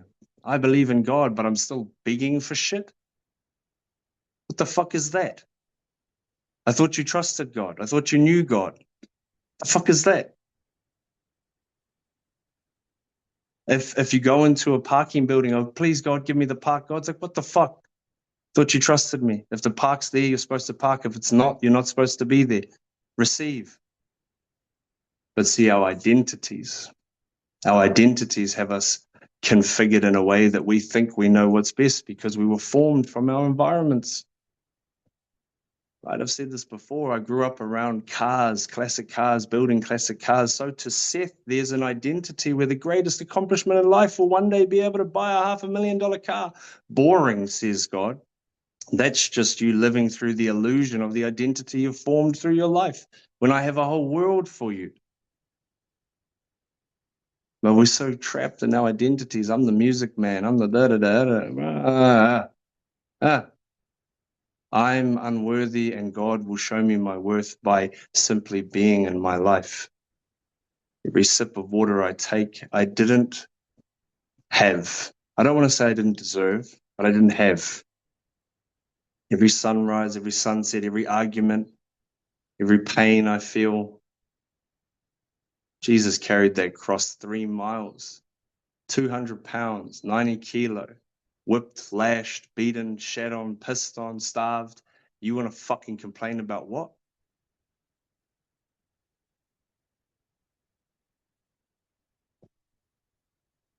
And before we even go there into Jesus and this and that and what's real, 9 manuscripts in existence prove that Julius Caesar existed. Over 25,000 prove Jesus existed all over the world. 3 different continents, 3 different languages, 1,500 years, 40 authors, and within a 98.8% accuracy of paragraph for paragraph. So whether you're a logical man or a spiritual man, shut the fuck up. Right?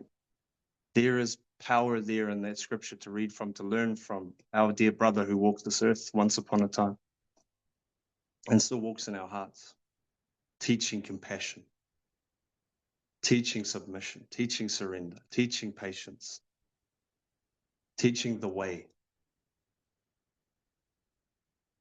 And so I've been sitting with this one. I'm grateful for this one, this unworthiness. Because see, now for me, everything is palpable. If I am the absolute baseline, the bottom of the bucket, can't get any less than this, then every single thing is a positive. Every single thing is abundant.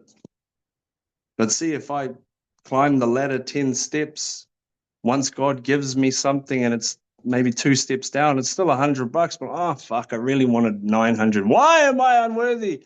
Why did I not get my 900? I thought I was worthy. Man, I just want to shake this fucking phone. Just want to shake the earth that I walk upon. I mean, I look back at the steps I've walked and I want to shake them the most.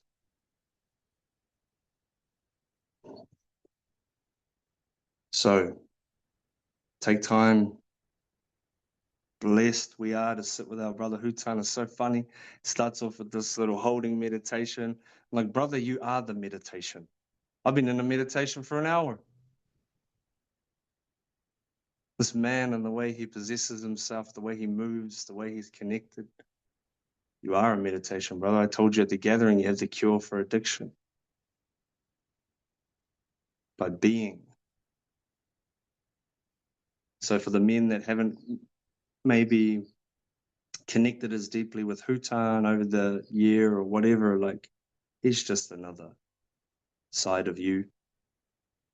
Just like all of you are another side of me. The man who triggers you the most, spend more time with him. Then you might forgive your father.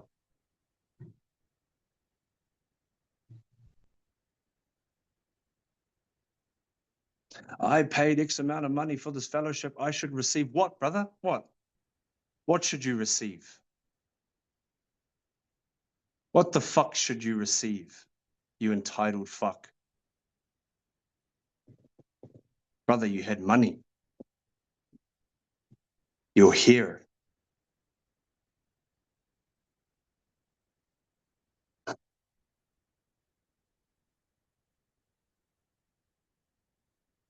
If I just know under God's glorious grace that I am unworthy of existing, and yet he chose me. We could play the whole 400 trillion sperm, but he chose me. He brought me in here. He made me manifest. He created me. And for that alone, the bar has already risen. And everything above that is just arising. And if it gets bad, it'll never get as bad as, well, I don't exist.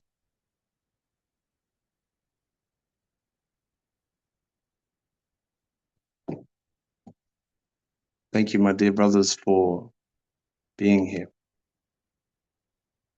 for finding your way back to God, for doing the hardest thing I think there is, to surrender, to do the best you can to realize you're just a construct of your identities, and there's a lot of letting go for the rest of our lives. There's a lot of letting go.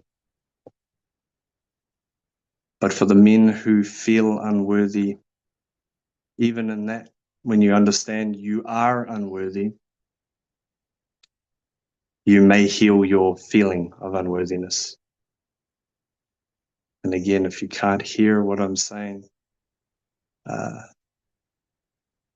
reach out. Then reach out. But I'm not here to promote the fuck out of me. I'm here to say, stop being a dumbass. Stop being a dumbass.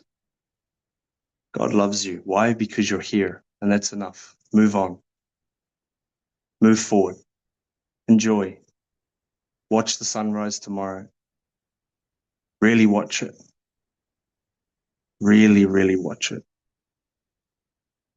Listen like you've never listened before. Taste like you haven't tasted before. Everything is such a blessing to be here. And when you feel in your body or in any way in your mind some, well, I thought, well, then just come back to that demon of entitlement.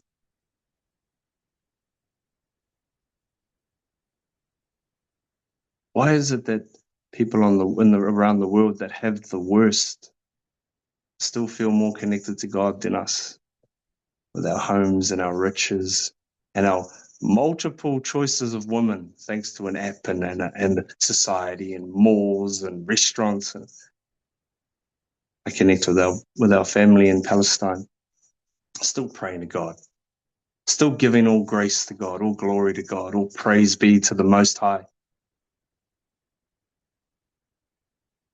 And Palestine's just one of them. Congo, all of them, right? All around the world. Shit, even here in my backyard.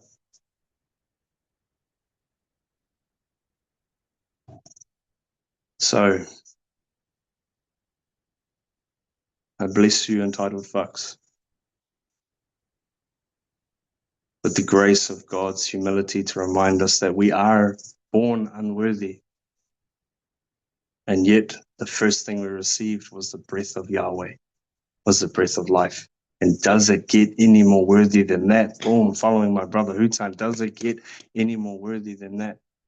No, and if you think it does, well then, oh, brother, maybe the next round, eh? Maybe in the next round. Peace, my brothers. May your heart reside with God. May you never forget. And may you kiss the feet of this life and thank it for all the abundance that it gives us. And everything is abundant. Don't forget that. Every single thing is abundant. Seth Nietama Evans is nothing. I am the nothingness that God can come from. Peace and love, my brothers. Peace and love.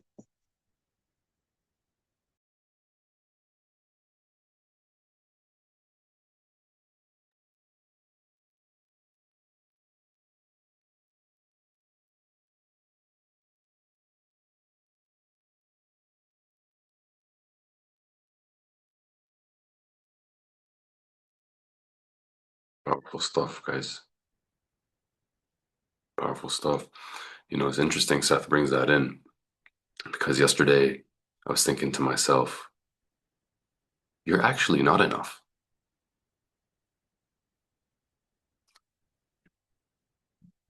Isn't that how consciousness expands? It's like I can hold my wholeness. This is part of the crown as well, the paradox, being able to hold paradox. I can hold my wholeness in one hand, and I can also hold the knowing in the other hand that I'm actually not enough. And so to give another dimension for what he's saying, in my relationship, for example, I'm constantly being called forward into more of myself, less of myself, and subsequently more of myself. It's like I'm going to have to make peace with the fact that I'm not enough. And your woman reminds you that more. I want more, deeper, more presence, more awareness. It's like, okay. So my continuous opposition to my not enoughness, is that inherently constricting my expansion of consciousness?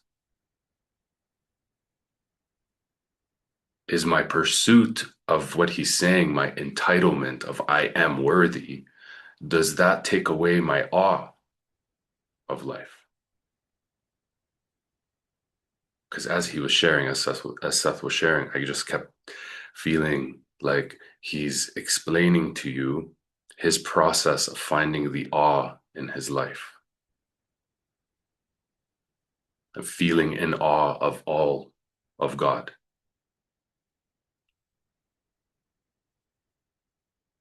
And this depth of humility. You know, Muslims are not the only ones that pray with their head on the ground. There's like a reason. If you go and look at um, how Orthodox Christians pray in Aramaic, they're bowing their head and putting it on the ground as well. There's something to this of like the depth of humility that brings you to the ground of just like words are a casualty. We talk about worthiness and I am not worthy and forget it, but it's a feeling. It's a feeling. Oh my God. Oh my God.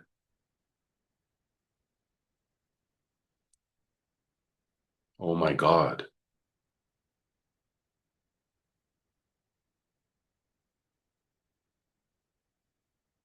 Oh my God.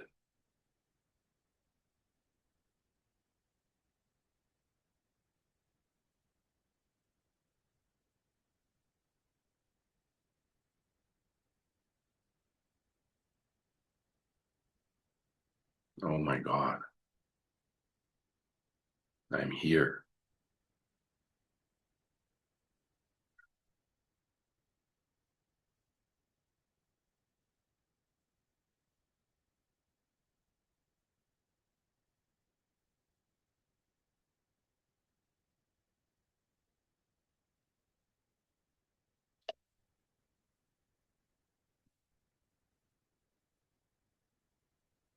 With everything that was shared, what Hutan brought in, I loved the key and the doors that it opened. One of the doors for me that this key opens is responsibility. If God is within me, then I am responsible for manifesting God within this world. If God is within me, then I become the filter through which God manifests in this world. How am I manifesting God in this world?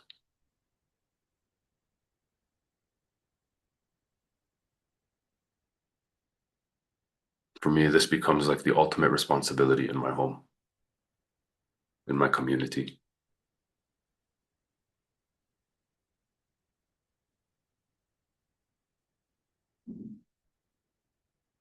Oh my God.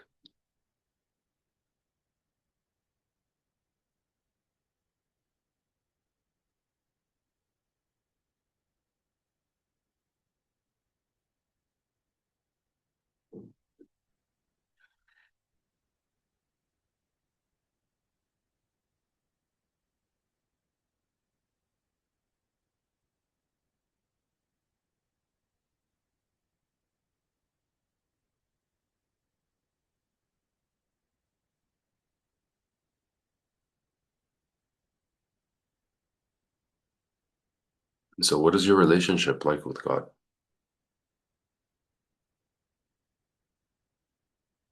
How do you dance with God in life? How do you see God in all that you look at?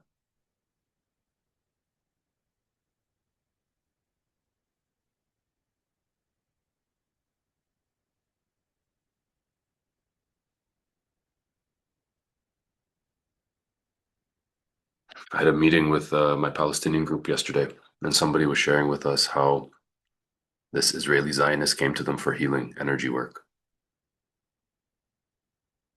And, you know, we had a round table of like What do you do when this happens? Do you let the Zionist into your home to do work on them? And what I shared with them at the end is, when this game is all said and done, and God comes to you and says, why didn't you let me into your home for the healing? And you say, that was the Zionist. And it's like, no, that was me.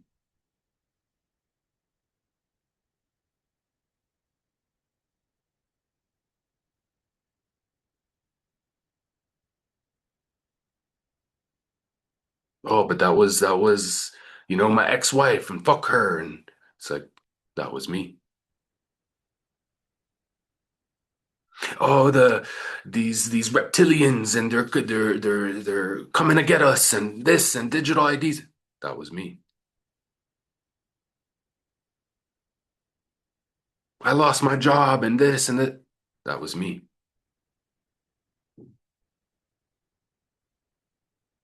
My health issues and whatever. That was me.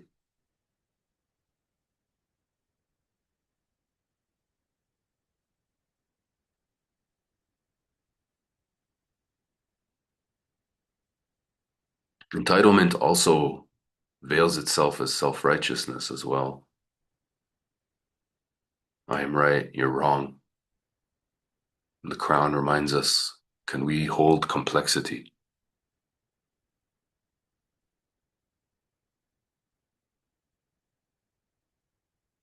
Can we hold complexity? Or are you just seeing karma as like, this happened and that happens? Can you open yourself up to the complexity of the weavings of the unseen hand of perfection and all that is?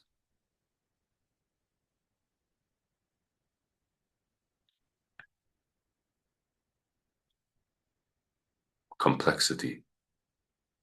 And in order to hold complexity, I must hold humility.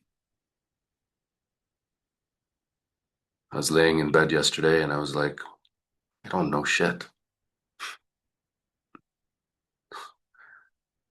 I had this moment and I was just like, bro, I don't know shit.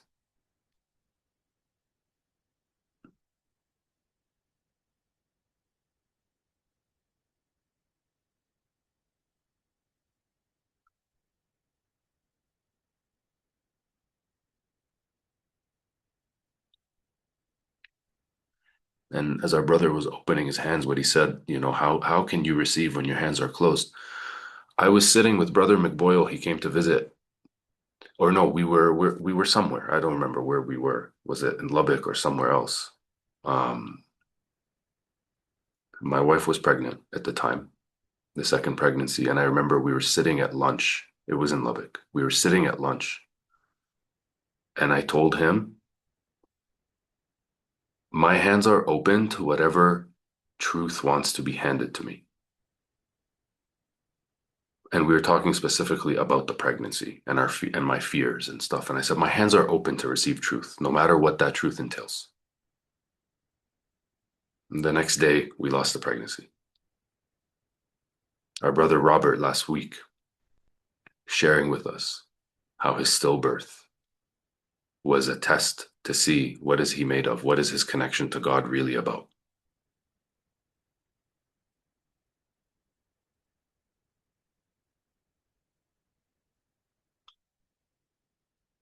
What is your connection to God really about?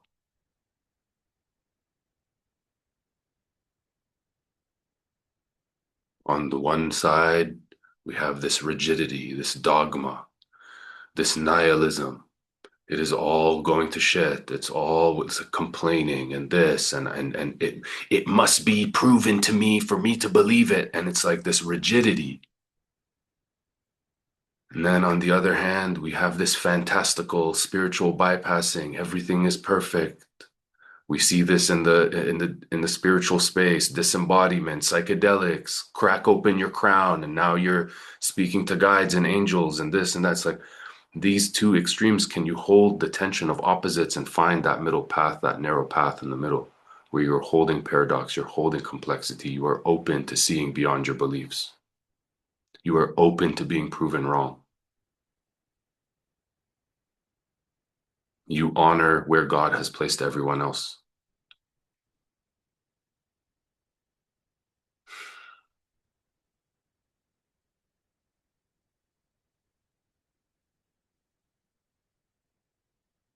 We can see the crown as the end, and it's also the beginning.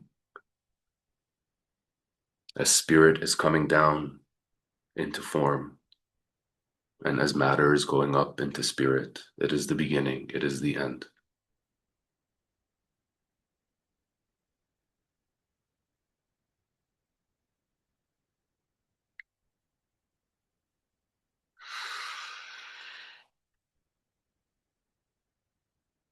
Surrender is a cool catchphrase, yeah? We talk about surrender. How often are we selectively surrendering to what is desirable? To what level are we willing to let go of all that is, to connect with all that is? And Seth brought in, people in Palestine and people going through things. And why is it that those with less material abundance seem closer to God?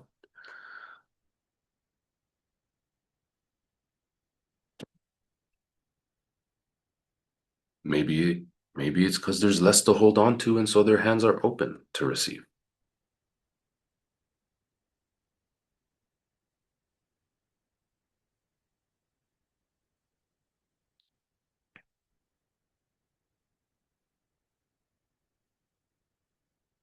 What strengthens one man's faith that erodes another man's faith? How does one man see God in his darkest times while another man feels abandoned by God in the darkest times? What is this? What is this? What is this? And as I'm processing this, what Seth was saying in terms of the entitlement, is your faith contingent on entitlement? Do you trust God as long as it works out?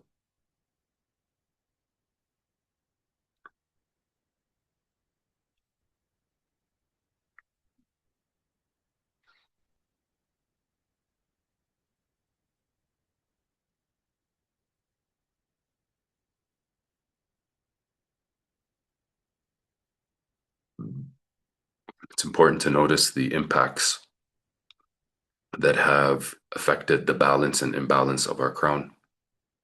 We have the impacts of religion, man's interpretation of religion. God is outside of you. You will burn in hell for eternity. Right? We have the impacts of family, the belief systems, to being told who you are. We have the impacts of society telling you to strive for materialism. All of these things block the energy in the crown. All of this.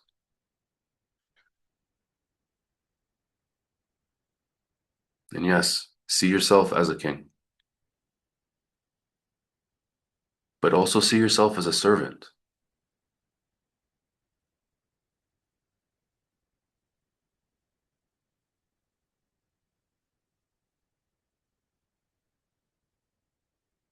Also see yourself as a servant of the light, a servant of God.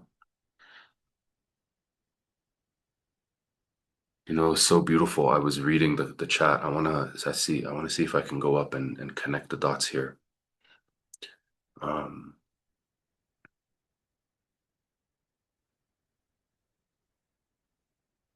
Bear with me. Some of y'all changed your names, but the names were speaking to us. You had nourishment saying the body is sacred. You had energy saying you are still flowing. You had rest saying nothing, for there is nothing I lack, so there is nothing for me to have.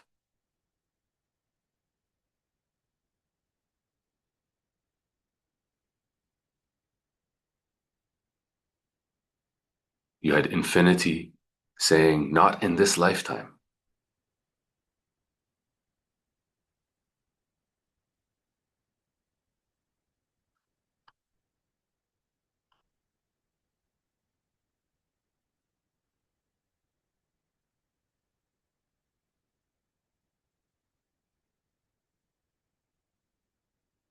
There's nothing more that we can teach you through this system.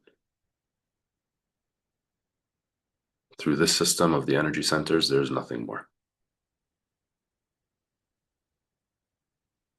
This is now for you. And it's always been about you.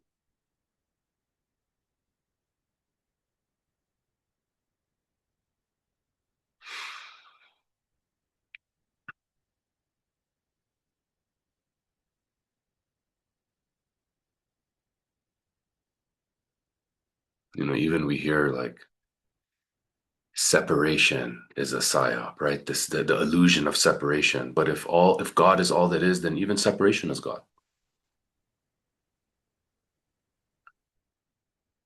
Even when I feel separate from my brother, God. When I feel connected to my brother, God.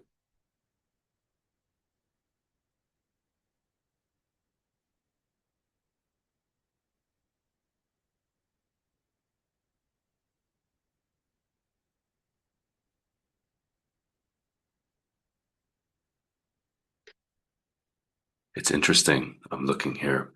Brother Alexander changed his name to Nothing. The world has everything it could ever need. And then his comment, again, hold the paradox. And then his comment says this call right here, if one can integrate all this info into himself, it is worth a lifetime of coaching and everything we've invested into this fellowship. So on one hand, Nothing, the world has everything it needs. Nothing, you have everything it needs. And also, if you could have this, it would be everything.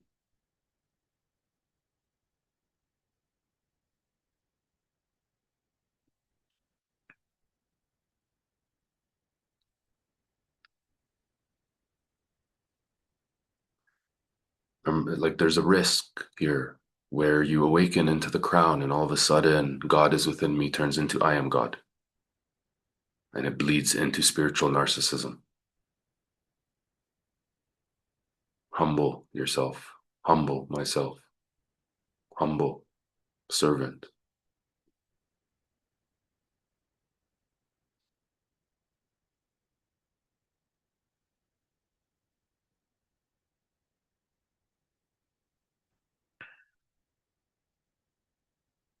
Oh my God. Even when we say one of the biggest psyops is they said God is outside of you, God is also outside of me.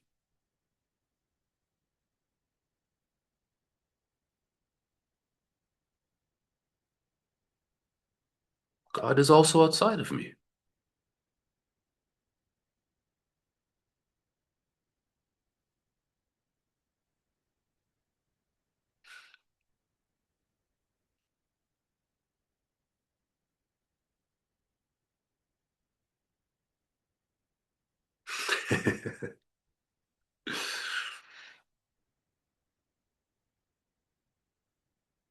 They got us again.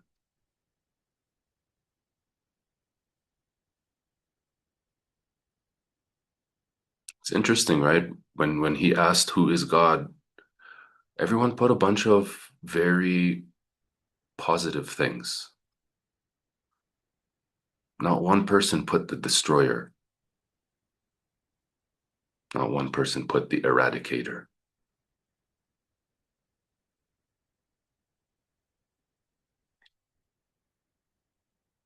We had a brother celebrating his birthday today whose marriage dissolved. God.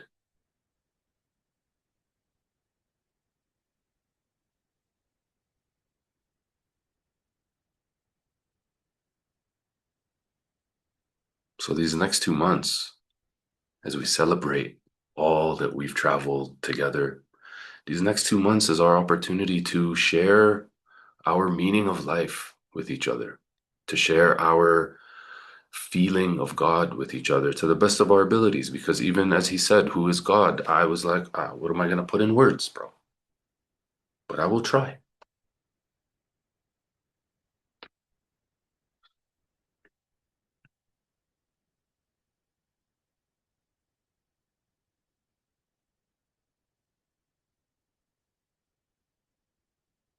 You entitled fucks.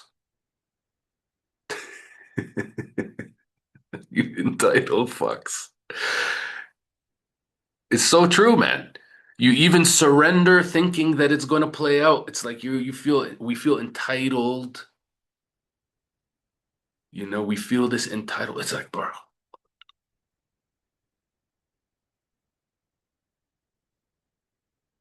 Yeah, great t-shirt idea. You entitled fucks. Hmm.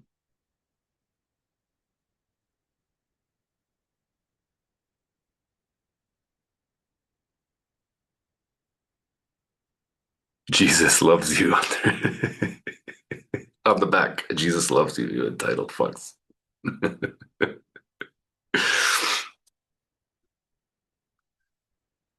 Yeah.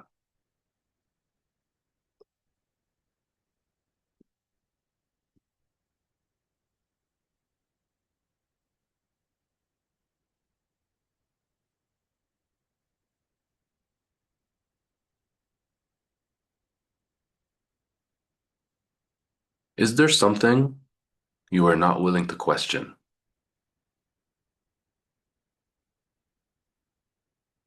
Is there something that you are not willing to question?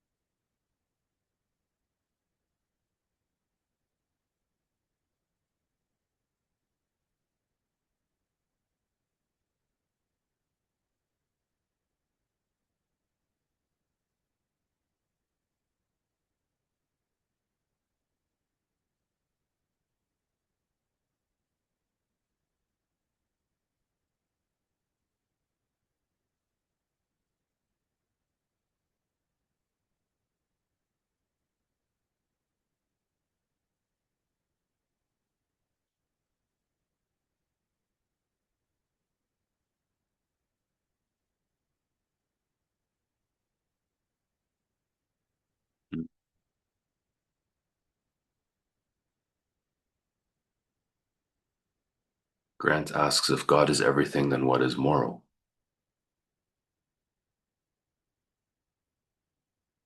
Might be a good question to take into your ship as you all return to your original ships. Adrian has unblocked the Discord. You are officially back in your original ships.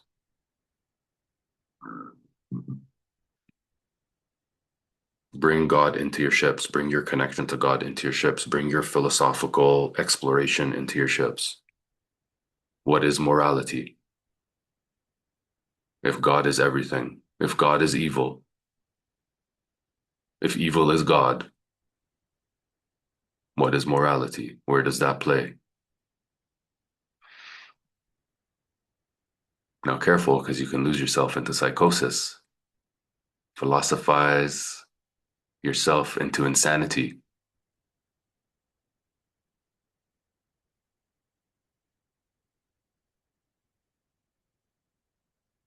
And if you've never questioned the existence of God, can you really, is it blind faith? And is that true faith?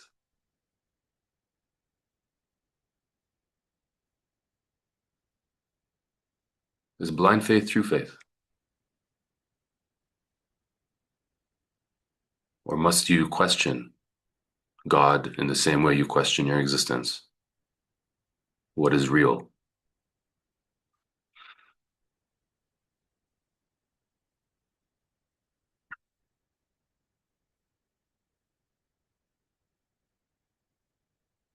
Let these last 2 months be a celebration, as Hutan brought in. Let this be a celebration of God, of life, of brotherhood, of meaning.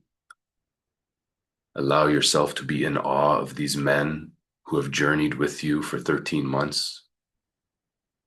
These men who have poured their hearts out. Allow yourself to be in awe of yourself and how far you've come. Allow yourself to be in awe of yourself.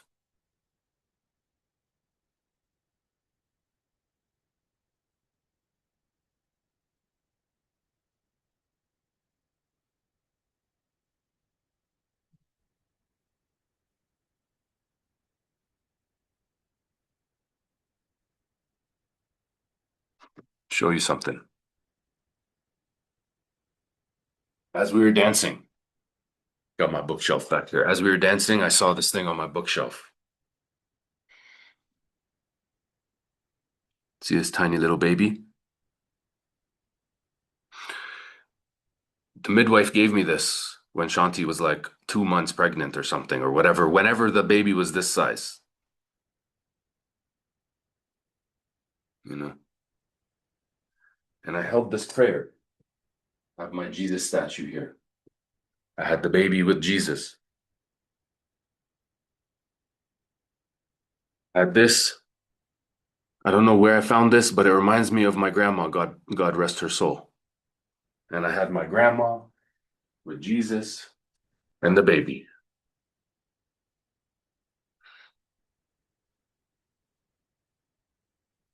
You were this. You were this.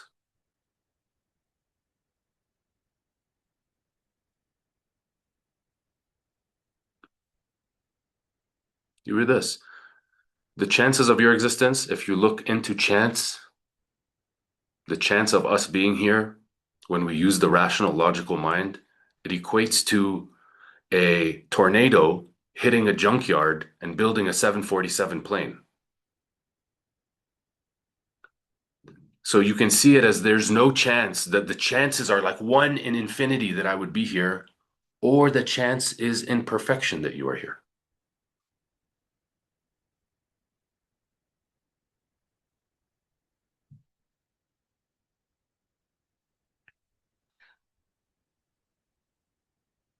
When you are dancing with God, when God is within, and God is all that is, nothing is random, man. Nothing is random. The men you sat with for the whole year, the men in your sub, the woman you're with, the people in your life, the events that play out, the thoughts you have, nothing is random.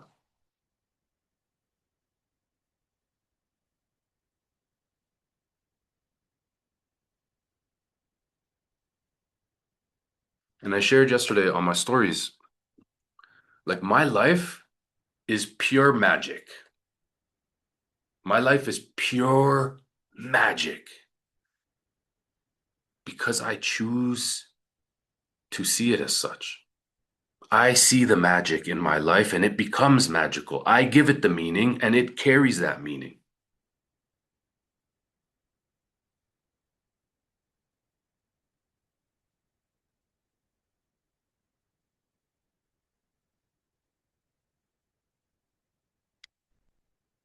See the magic in your life. Feel like when you start opening yourself up to this magical unfolding and seeing things connecting and the synchronicities and all this stuff without attaching to it, when you start to open to this, you can see the non-physical. You can see the unseen hands weaving, weaving, weaving, weaving.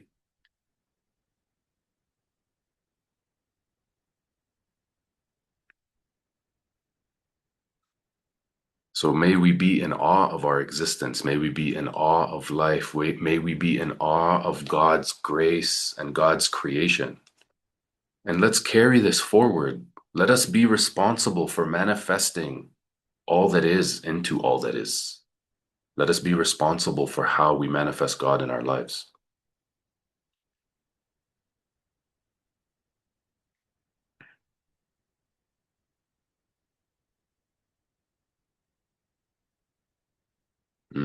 Manifest what you changed your name into.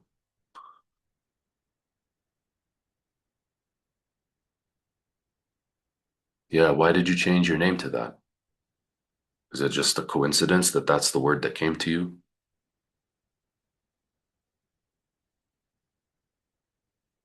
Or maybe is that what's being asked of you to bring into your life, to open up into?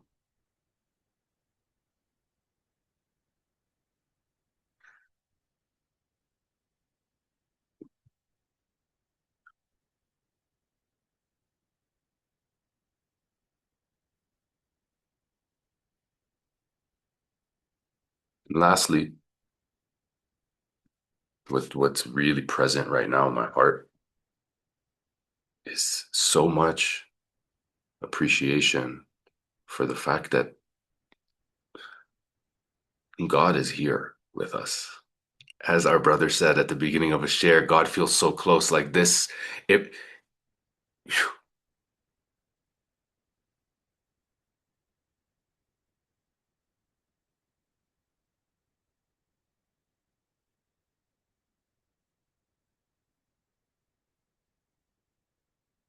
to be in the space with you all, to even say God, to speak of God, to speak of the meaning of God that we are touching. You know, as Toma told us of the story of the blind men touching the elephant and each one saying, "This is God, this is God, this is God." How beautiful it is that we get to come with the fellowship being the elephant, being God, and us all giving our glimpse of what we are touching and sharing. Place God at the forefront of your life, at the forefront of your work, at the forefront of your relationship, at the forefront of your parenthood, the forefront of how you serve your community, the forefront of how you speak to other people. And we forget and remember God. What Seth said, we will fall into entitlement. We will fall into the arrogance. We will fall back into the pride.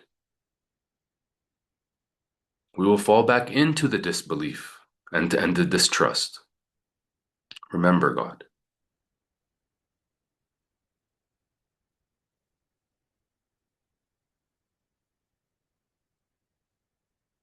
That will be the one constant in your life, even when you forget.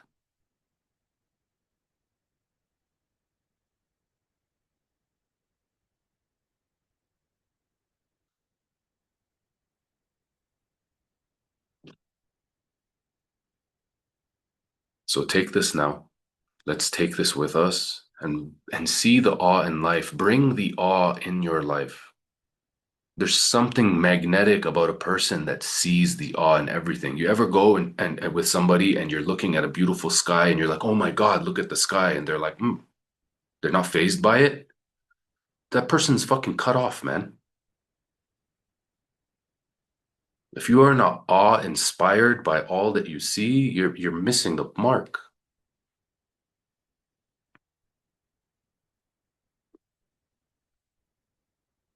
And as the world continues to unfold and wherever it's going to go, you know, we've talked about winters coming, we've talked about this, that, and the other, and wherever the world is going to go and unfold, can you see God in it all? And can you hold that trust? Can you hold that faith? Can you hold that knowing?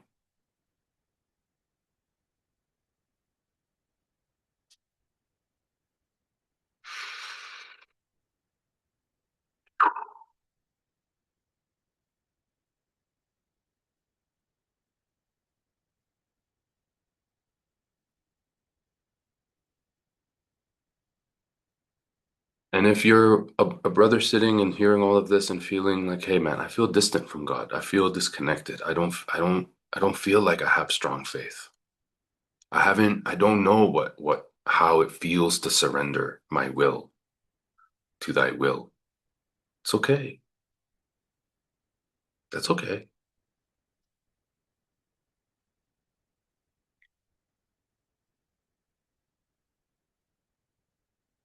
That's okay.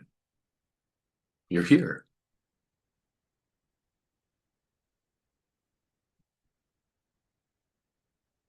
And I've had somebody come and ask me, like, how do I have faith in God? I don't know.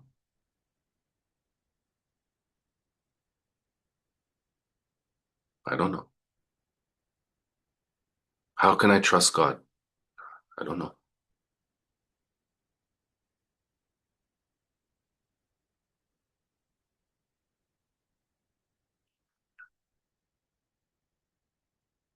I don't know.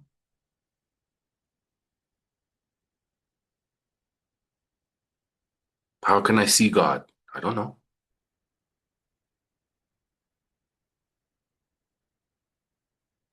How do I pray to God? I don't know.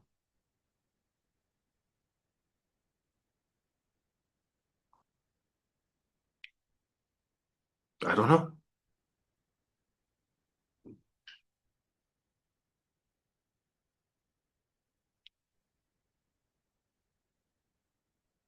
I don't know.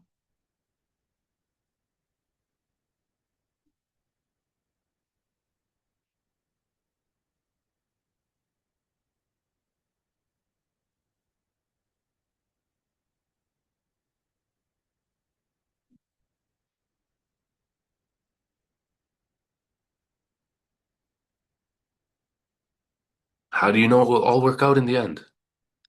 Because it has before, but I don't know. What does work out mean to you?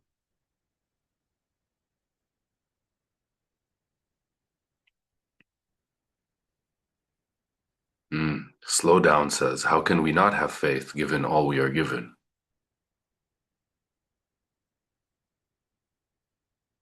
And some will say it's not enough what I've been given.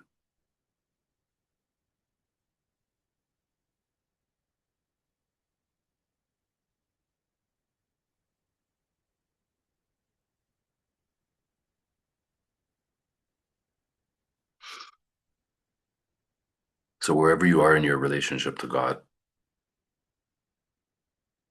may it continue to open. May it continue to reveal itself. May you continue to take those steps closer to yourself, closer to God. May you continue to give meaning into your life. I'd like to close us off with a prayer. So I ask that you join me, closing your eyes and then putting your palms facing up on your legs.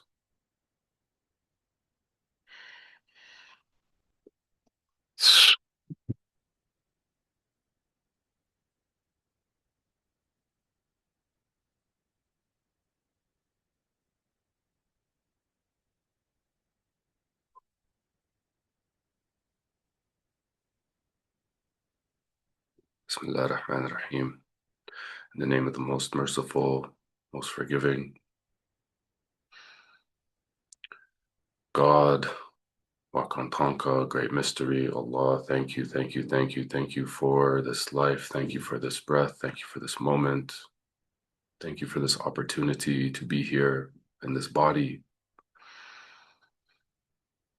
Thank you for this awareness. Thank you for guiding us even when we are lost. Thank you for reminding us even when we forget. Thank you for the hardships. Thank you for the joys. Thank you for all of it. Thank you for opening our hearts when they are closed. Thank you for opening our minds when they are rigid. Opening our eyes to see, opening our ears to hear. Thank you for our mothers who brought us into this world. Thank you for our fathers who seeded our mothers. Thank you for our ancestors that have held this prayer for us for generations upon generations. Thank you for this earth and all the abundance we get, all the abundance we are given. Thank you for all these brothers who have answered the call to journey with us, to sail with us. Thank you for the system that you have gifted us to learn through, to know thyself through, to know you through.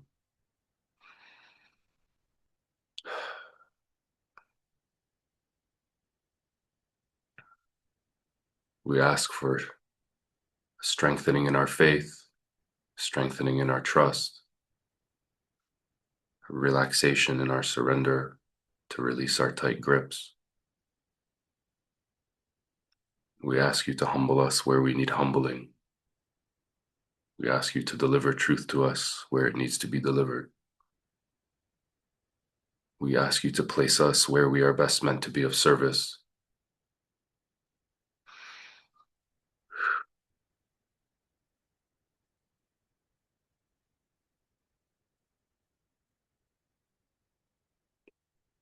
and place us of service.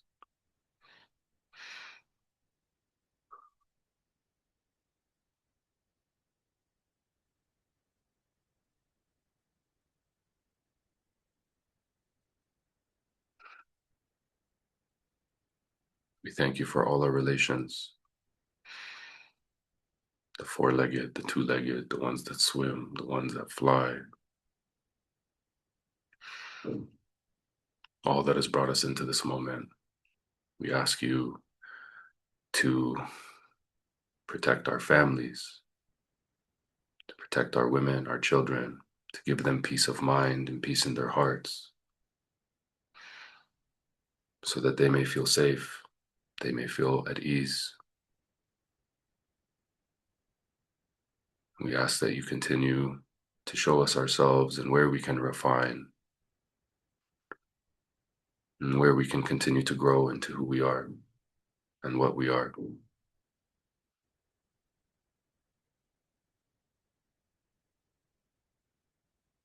And we thank you for the darkness. We thank you for the opposition. We thank you for the challenges. We thank you for all of it. May you continue speaking clearly to us. May we continue hearing you. May we continue seeing you. May we continue knowing you.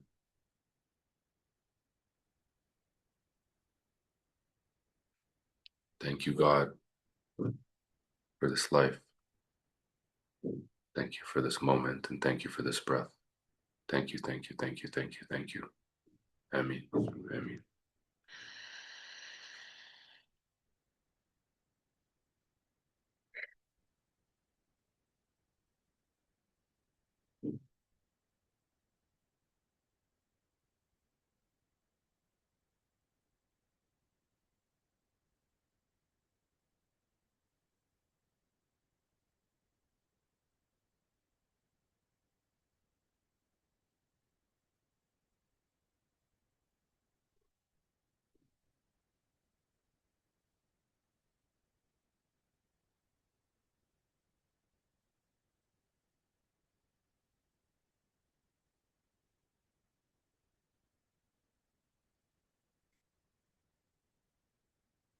The crown is officially open.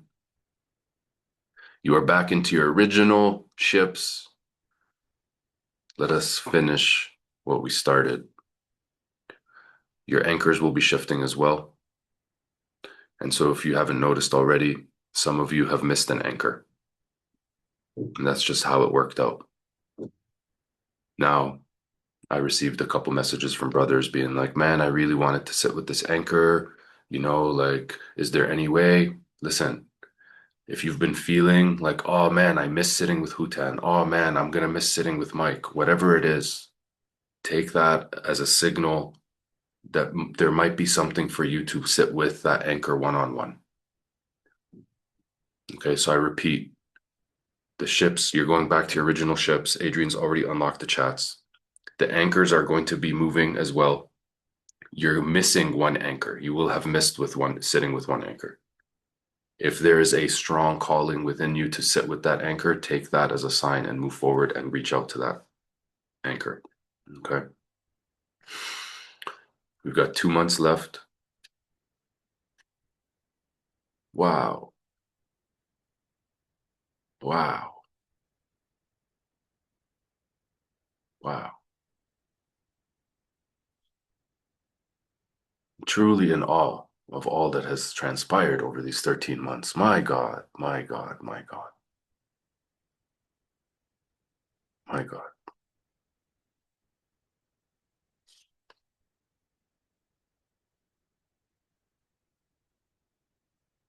My God. Thank you, all of you, for showing me all that I don't know.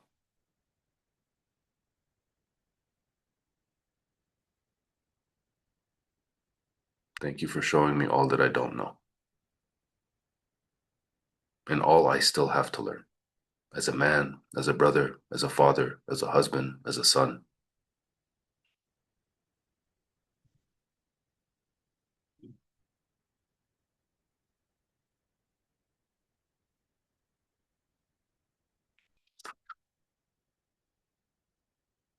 Now, I'm going to play a tune here. We're going to play one tune to see us out of the space. I'm going to ask the anchors to stay for 5 minutes after the call as well. All right, brothers, here we go. The crown is open. 2 months to go.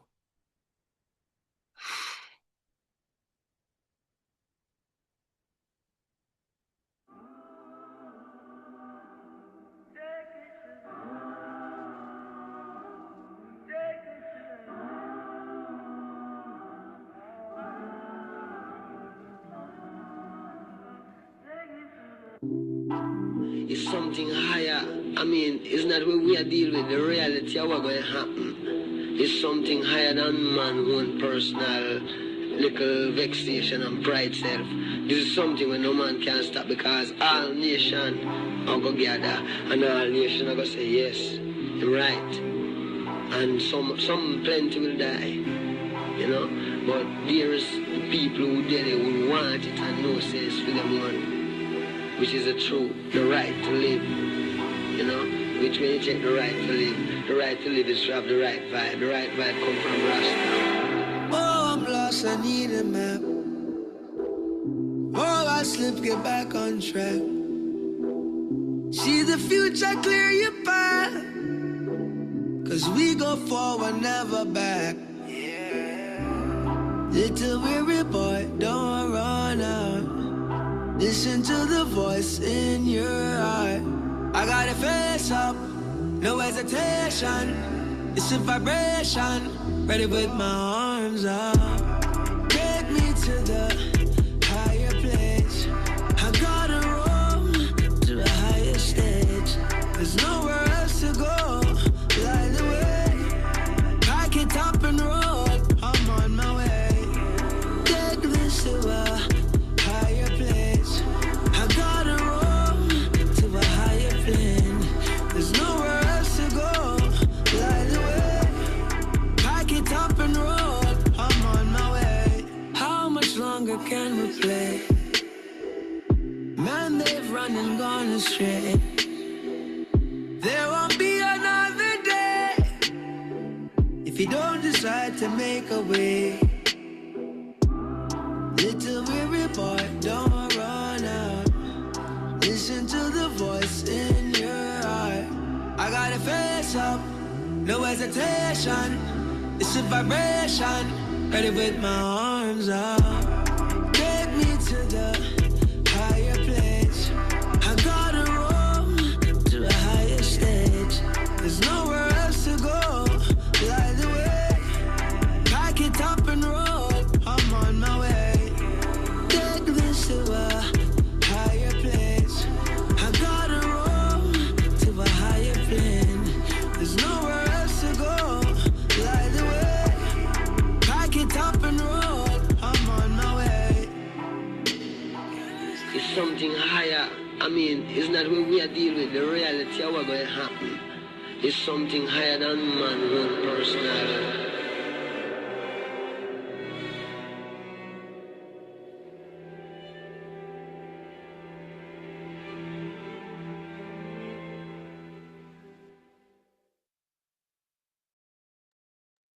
Peace, brothers. Take good care of yourselves. We'll see you soon. Peace.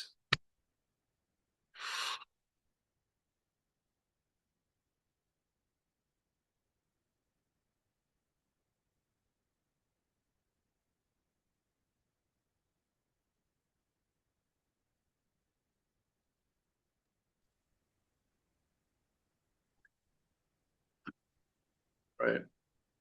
So we're just going to ask the anchors to remain. Everybody else going to get a boot.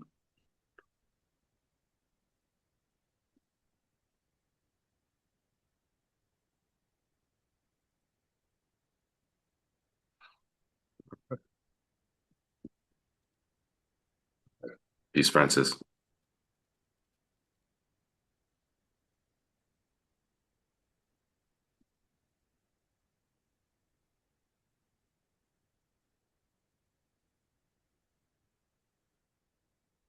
We're missing Tom.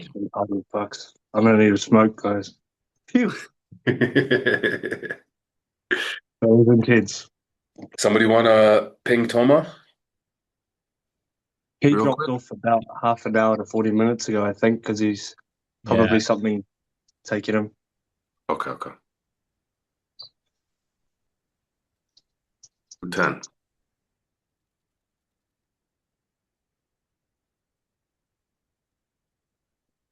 Nice, bro.